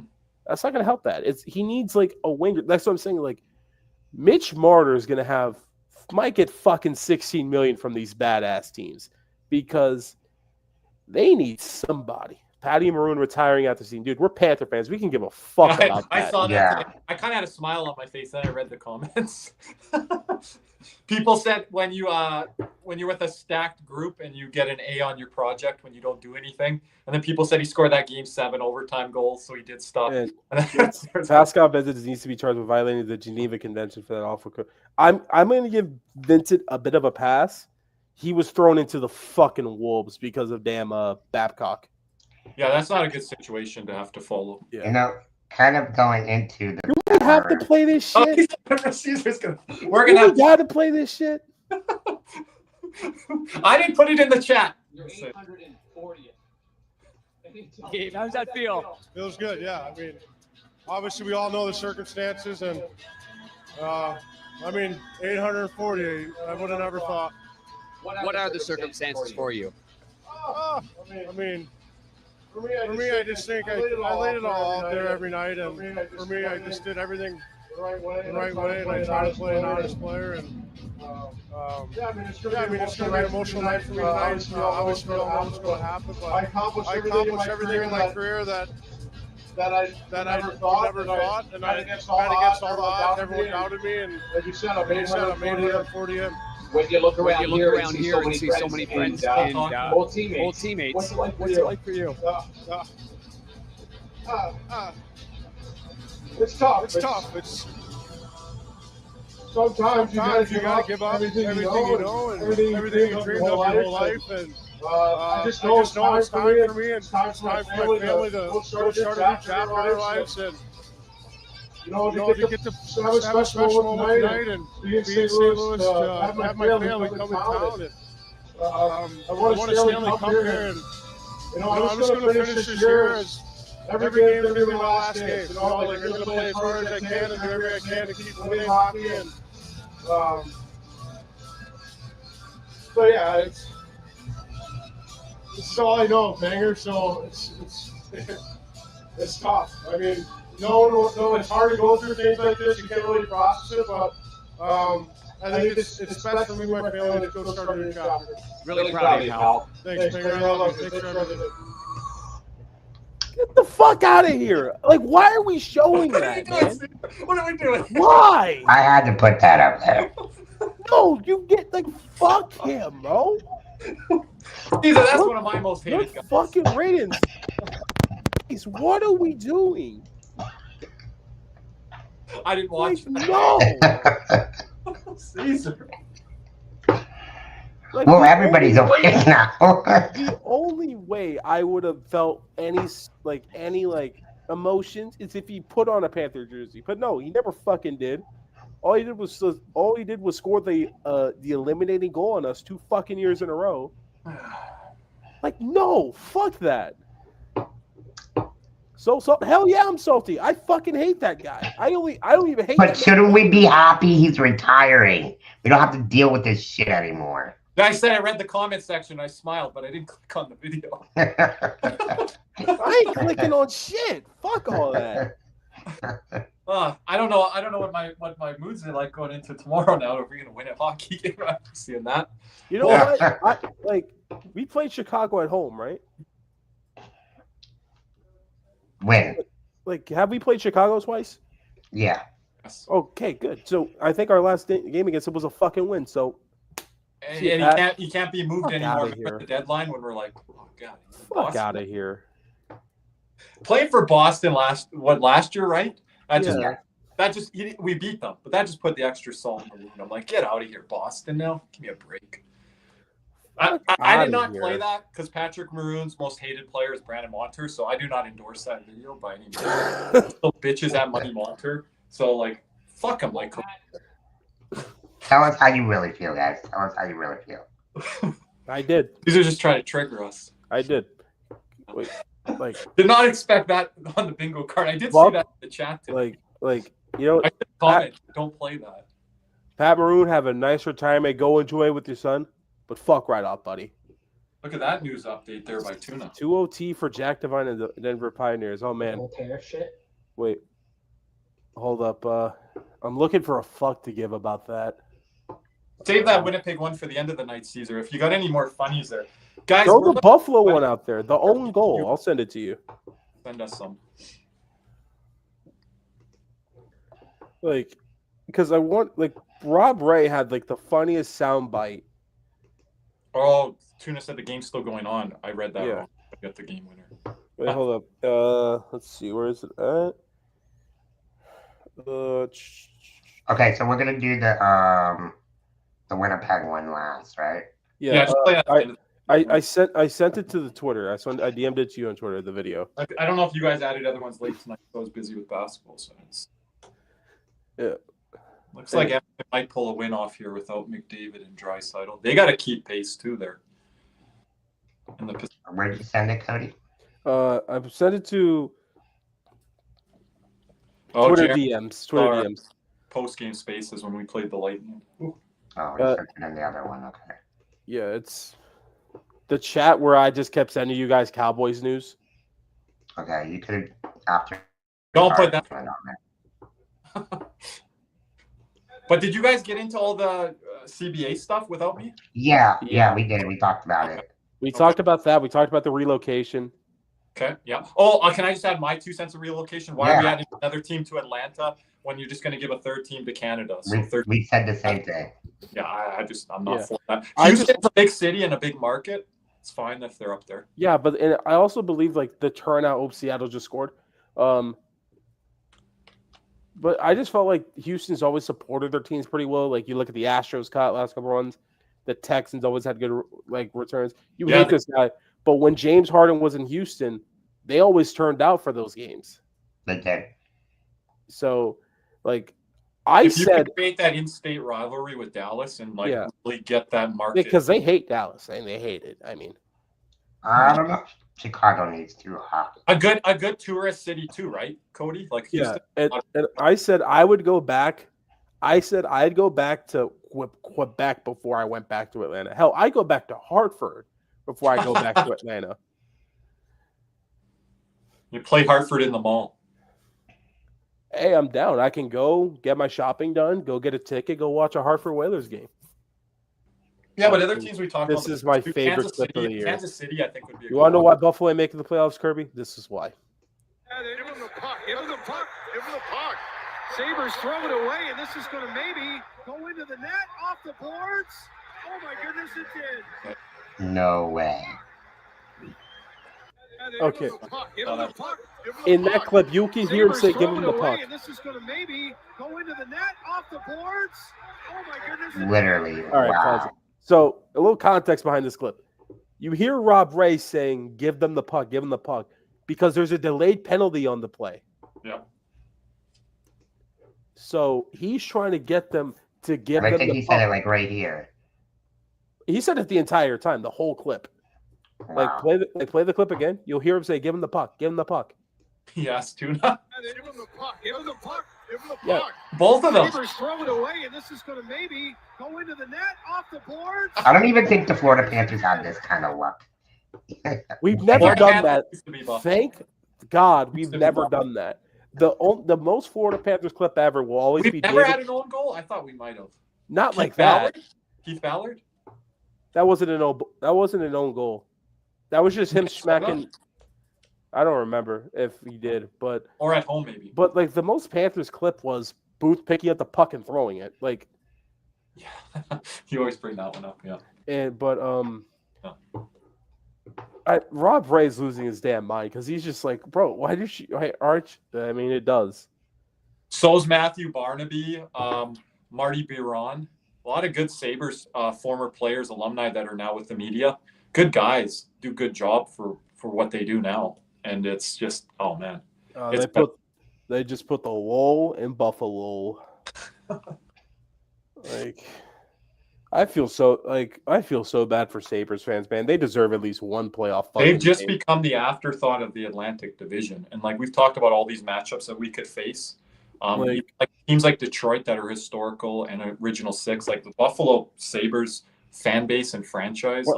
Why did the Sabres get this luck? Why couldn't they give the Bills this fucking luck? They do have that to look forward to, I guess. That's true. Yeah, Usually disappoints them by the end, but still. Yeah, because they can't be one fucking guy. Yeah. But I just like ownership's probably their biggest issue. I don't know why I say probably it is. Well, you guys always get on general managers. I think Kevin Adams, he's not been great. No. So here's another clip. This kind of reminded me of when the Florida Panthers had what's his name? What's his name? The golfer do the drum for the playoffs last year. What, Koepka? No, You're not talking Koepka. Jack Nicklaus? He wasn't singing. Jack Nicklaus, yeah. He wasn't singing. He wasn't singing, but oh my gosh, the pounding of the drum was so bad. It was. This guy's better. You don't compare this guy to Jack Nicklaus, Caesar. Oh no, this is funny. This is great, though. Jack This Nicklaus is great. bad. This is great. not Jack Nicklaus bad. Let me play it. I think the bongo anthem threw us off a little bit in the first, but once we recovered from that, we were back to our game, which was good. Staff Sergeant Bruce Gustavakanga.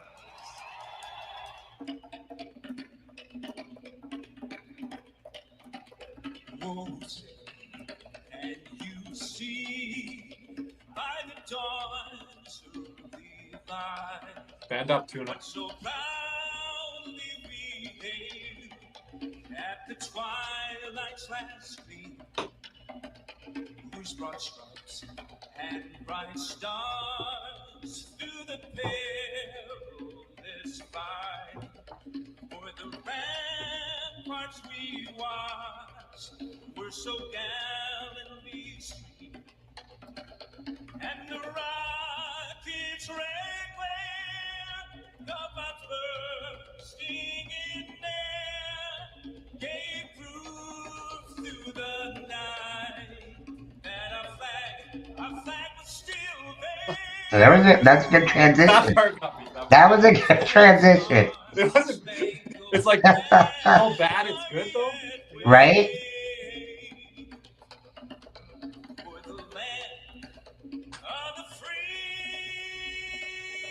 That sounds like that NBA guy. Who was it? Carl Lewis or whatever his name was? And the land of the free. I think John Acosta has some competition now. Oh, you want to tell him that? Okay. Get him on the podcast. There we go. Cut it. Cut the sound, Caesar. Cut it. We're not need on loop. We're no loop on that. Oh. Someone needs to better than the Patrick Maroon clip, though. Someone needs to be fucking fired. I don't know who. Me? Somebody. I don't give a fuck who. Cody's just handing out pink slips. Whose idea was that? Like, what the fuck are we doing? Like, That was it. I mean, anything to get the fans in the seat, I guess. I don't know. I don't know. Have a good night, Diehard. Even Diehard. what fucking seats, bro? Like, it was off beat so fucking badly. But there was a good transition. Yeah, the only why you know what was good about the transition? He stopped playing. We should have actually saved that for the podcast on Monday. Are we gonna have to play that twice, Cody, for John? Oh my God. Like, you know what's funny? I thought Zegras was bullshitting. That would have threw me off too. Yeah, I had to play the Zegras. That's the only clip I could find with Zegras in it. Like, but here's the Kirby. Do you blame Zegras at all? Like, I don't blame him at all. Pretty good clap. I didn't see how bad they were in the first period because I wasn't watching. Like, that was the Fergie national anthem, like in the All-Star game a couple years ago, where everyone's just fucking laughing. I would have been crying. We've had some pretty. Oh, cut the sound there, Caesar. We've had some pretty bad anthem guest appearances. Jack Nicklaus. That was wild that Caesar brought that up. That was. Oh yeah, when he banged the drum before the game. Things ever in the history of hockey. Yeah, I didn't get that why they. I mean, I understand he's the biggest figure in South Florida. Like exactly, Tuna. Like I don't know, like who's running the game day that you don't know the guy has. Like the only thing Jack Nicklaus in South Florida had was his retirement home was in South Florida. Pretty much. The only they just pick him up down the street. Jeez. We didn't really know when they picked him. We're like, didn't we lose? I got mad on Twitter. Caesar, you don't know this. I got mad on Twitter and I said, get Luongo out there. Or we've been saying it. Or get Ariana Grande. When they finally got Luongo out there, and I'm the glad place went nuts.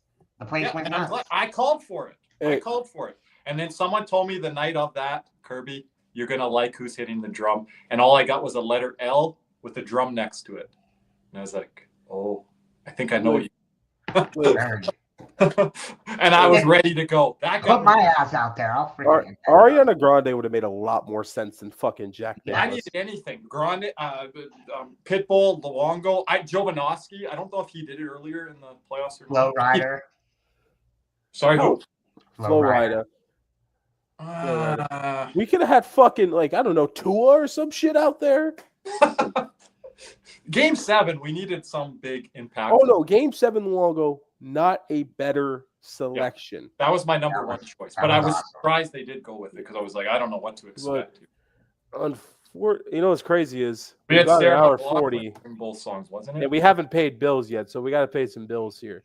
Oh. This stream is sponsored by at Bexell's FLA. Hey, Panthers fans in South Florida and need real estate help? Check out Jeremy Beckham with Next Home Treasure Coast. It's a boutique service with a personal touch. Jeremy the Scene put humans over houses, working hard for you whether you're buying or selling.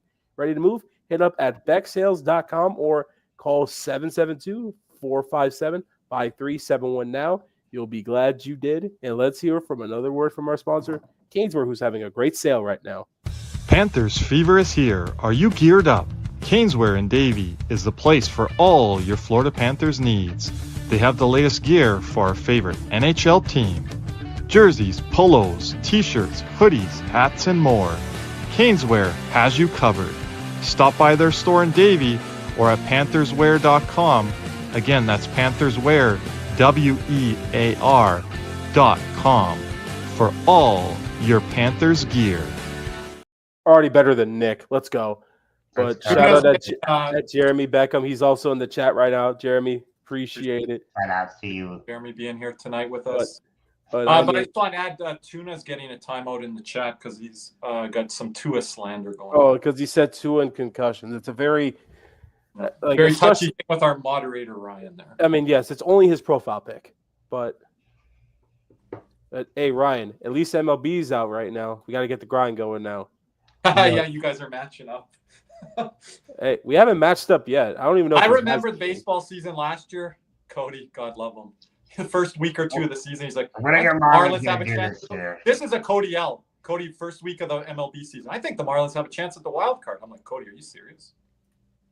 Because of our pitching staff. I thought you were trolling me or something. No, because our pitching staff. It's like, whoa. And then half of it got hurt in 2 weeks. Isn't that the thing about baseball? Because I grew up playing baseball. Hope springs eternal. Like every spring, that's what you think when you're a baseball fan. You think, this is a new season. Why not us? Yeah, like I said, I need to get Roy Bellamy on this podcast so me and him can vent about our Marlins. Oh yeah, for sure. Our Marlins. I'm sorry. The Braves aren't going to do that much better. I mean, they'll compete, but I don't know if they'll. Caesar's down on his guys. No, I mean, we lost Max Fried. That was one of our favorites. Dog, Michael Harris's contract is worth more than our entire fucking payroll. I mean, sorry about that. Our entire fucking payroll. Like, I don't know what you guys are doing. No, our owner is so damn cheap that he's upset that he doesn't invest in the team, but he's like, we invested in the team in the analytics department. And every fucking team has one of those dipshit. Speaking of analytics, good segue there before we wrap here in the next 5-10 minutes, which I feel we are going to wrap here soon. Did you show my analytics tweet this week? No, I did not. Traction out there from a bunch of trolls. Some accounts that were Montreal Canadian, Edmonton Oiler fans said you're a writer. If you're a writer, show your face instead of coming talking to me, trash to me. Your teams are losers, first of all. So all these fans that are stirring up stuff. But we're not an analytics-based team, Cody. Do you agree with that? We were talking off air on this. An analytics-based team, are we not? We're not. I disagree with that statement a bit. We're heavily analytics. But I just don't think. But I think we do. We're heavily analytics? Oh, yeah, we're a part of it. Like a part of it, we're not heavy. Look at this. Look at the proof. You helped me compile some of this together. Yeah, I just said certain moves were analytics-based. Mm-hmm. We're a vibe-based. At least I didn't believe. I'm with Ryan. That starts with the head coach. But we use analytics quite a bit. It's just we use it in our buy low guys and some of like our bigger guys. Like I agree with Tuna. Tuna's an analytics guy. Like we are like that's the thing. We're a perfect mix. That's what I wanted you to say to start. Like coach. that's like we're a mix. Like because here's the thing. But you can't give Sonny the whole control of the team, Tuna. Oh no, it's not the be all end. It's not the be all end all because we wouldn't have gotten certain players if that was the be all end all. It's like, hey Sonny, we need buy low wingers. We have budget for this. We need you to find guys. For every Verhaeghe, there was a Balzers though. Yeah, but the thing is just we're a mix of it. We use it because we're not stupid, because you can't be a successful hockey team and not use analytics at this point. Mm-hmm. But Zito listens to his hockey guys, and I believe he listens to his analytics guys and comes with an informed decision. And again, I'm not using JFresh cards as my full argument saying NHL teams don't have advanced analytics. Yes, of course they do.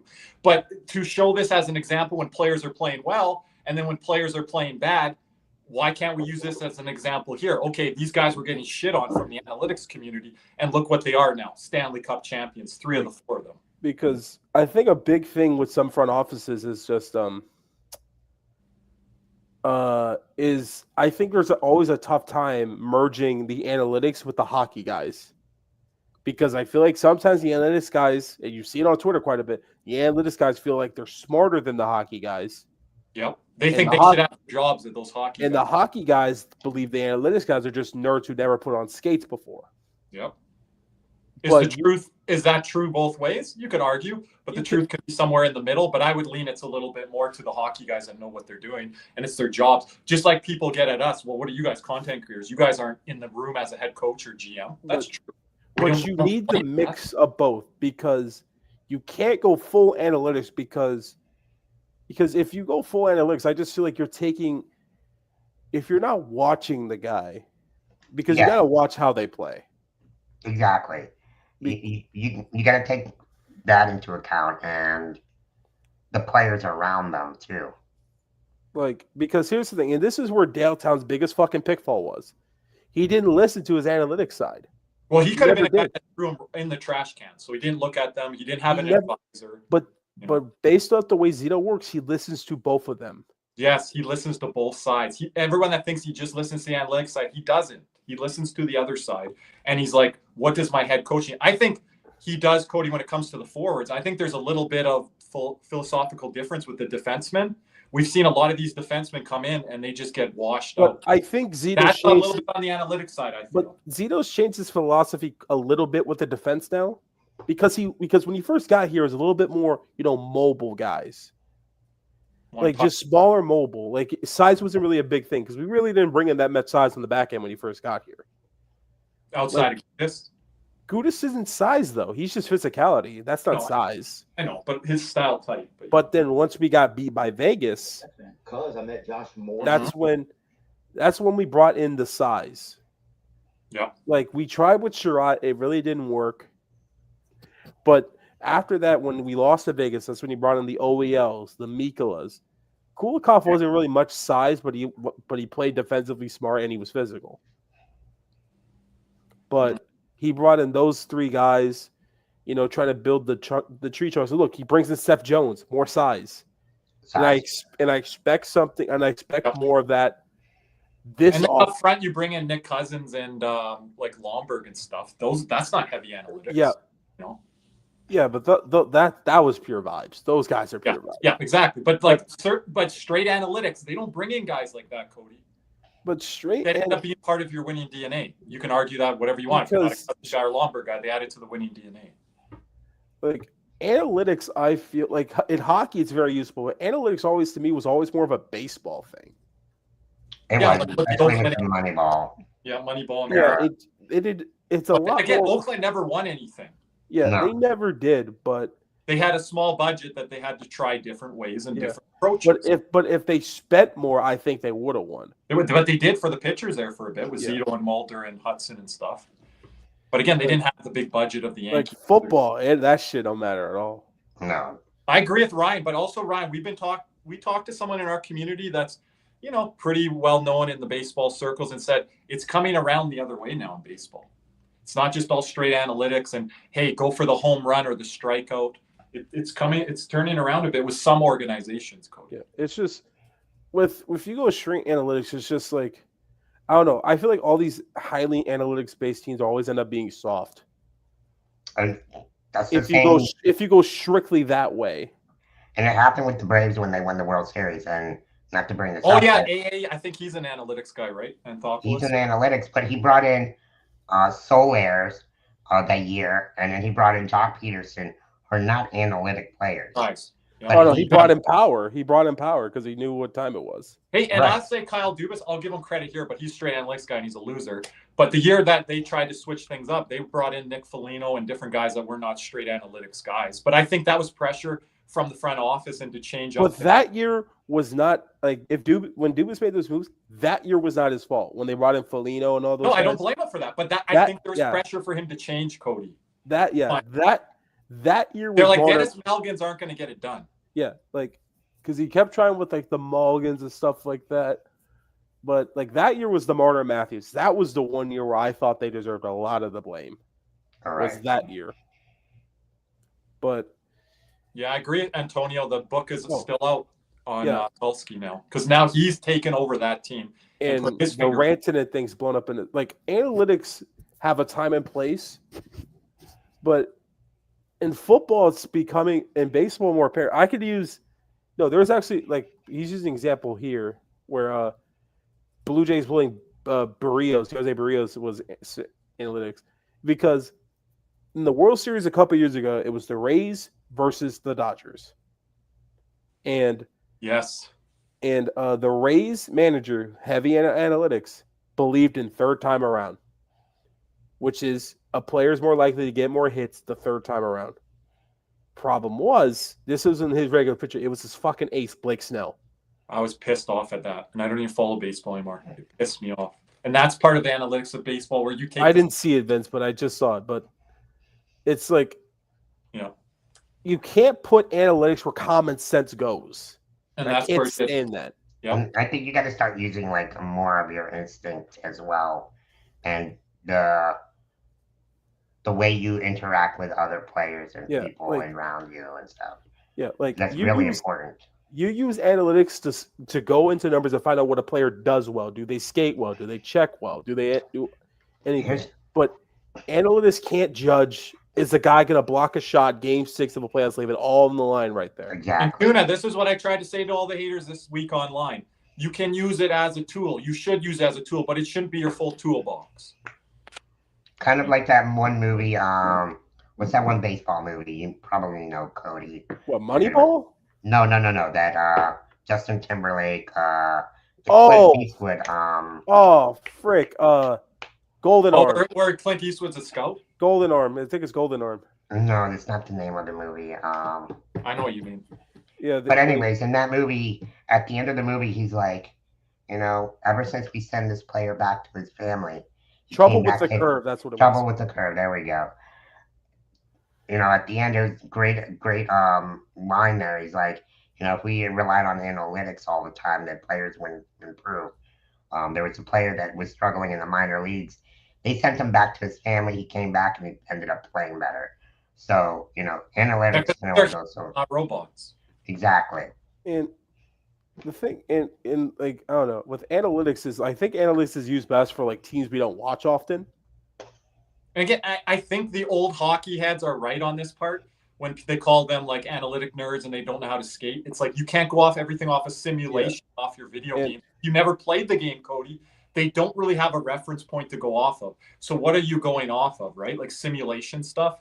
Again, you got to earn your stripes in the industry. You got to get someone to take a chance on you. Yeah, but you have to earn your stripes, right? And I learned that as a basketball coach. I wasn't given everything handed to me. I had to grind and work for it. But some people, they don't, in that communities and the analytics community, some of them don't want to work for it and don't want to grind for it, and they think they're right and their approach is just 100%, and they're very stubborn and bullheaded on that. And they'll attack like posts like mine online. And I'm like, I don't even know who this person is. And you're coming at like this, right? So again, you need to have some. When people tell us Seth Jones is bad, Cody, because they look at the charts, you're not watching the games. No. Listen, that's my biggest pet peeve. I hate those charts because. Yes, it's a blessing and the curse. Because here's the thing. If I'm watching a team night in and night out, I don't need a fucking chart for you to tell me who's playing good and who's playing bad. I could fucking see it. If you know the game, if you know I how could to play. see it. Like, I don't need a fucking chart to tell me, oh, Carter Verhaeghe's having a tough year. I fucking know. I see it. Like, I don't need a chart to tell me, oh, Sam Bennett's having a really good year. No shit. Contract year. Like, that's part of it too. I don't need a chart to fucking tell me, oh, Gustav Forrest is not having that great of a year as he had last year. Doesn't have Montour. Like, what are we doing here? I hate like the Jay Fresh, Andy and Rono charts are like one of the worst things that happen on hockey Twitter.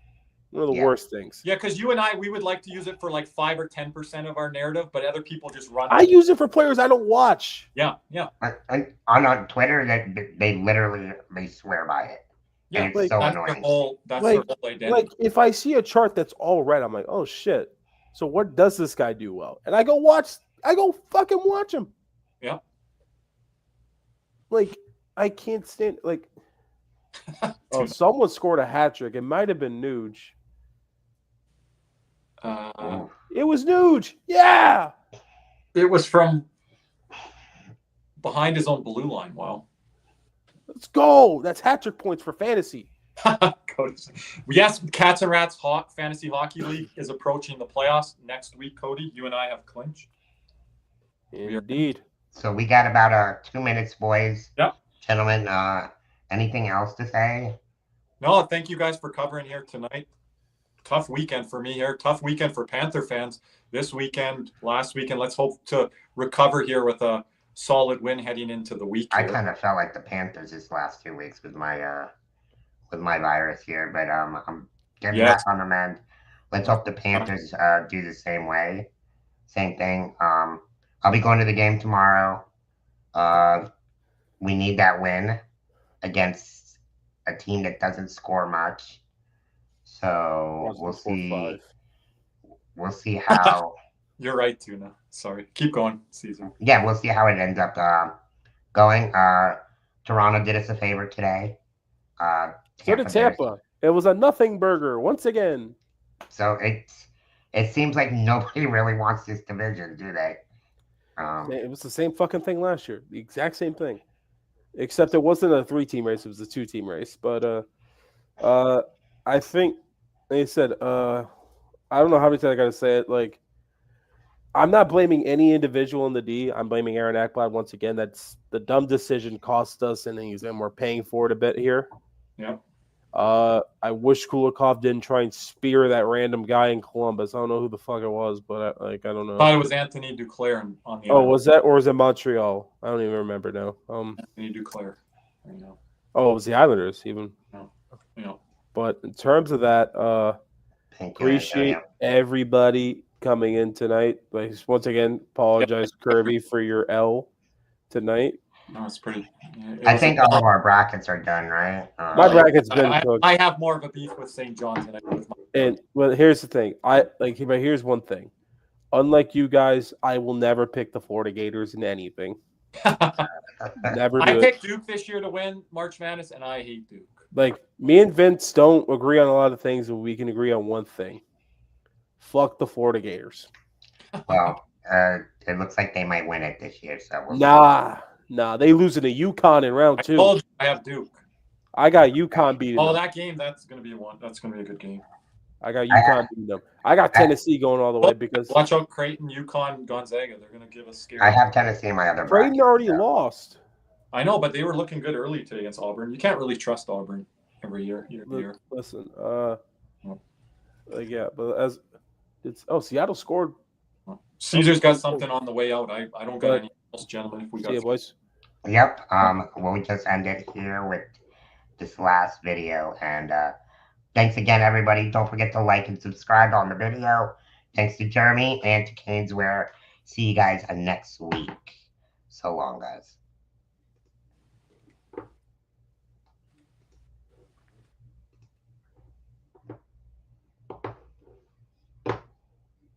A Winnipeg Jets fan. Cause I met Josh. The tariff shit. What do you think about it? Well, I'm a Winnipeg Jets fan. I want to say that out loud. Really? How'd you become a Winnipeg Jets fan? Cause I met Josh Morrissey the other day, dude. Okay. Is that how you say his last name? I think so. How can you have 5 guys here? Nobody can look up anything. We just don't. We should step it up. You're right. Just fucking get on the Wi-Fi, somebody. I met the captain of the Winnipeg Jets the other day at the hotel that I was at. Oh, so you just became a Winnipeg Jets fan? And then though I saw somebody in one of their jerseys, and the shit looks tough, bro. Fuck, I wish you were a Leafs fan, Toronto Maple Leafs. It looks so tough. I'm not. Yeah. And but yeah, I'm a Winnipeg Jets fan. With the whole tariff shit, what do you think about it? Well, I'm a Winnipeg Jets fan. I want to say that out loud. Oh, really? How'd you become a Winnipeg Jets fan? Cause I met Josh Morrissey the other day, dude. Okay. Is that how you say his last name? I think so. How can you have 5 guys here? Nobody can look up anything. We just don't. We should step it up. You're right.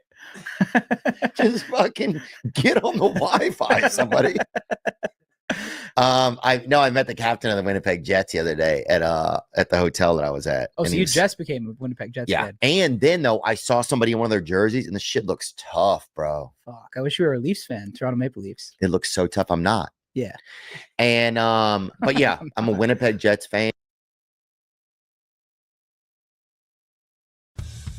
What's up, Cats and Rats fans? If you enjoyed that video, be sure to hit the like and subscribe button before you head out. If you're listening to us on Apple and Spotify, make sure you leave us a 5-star review. And just like always, let's go Cats!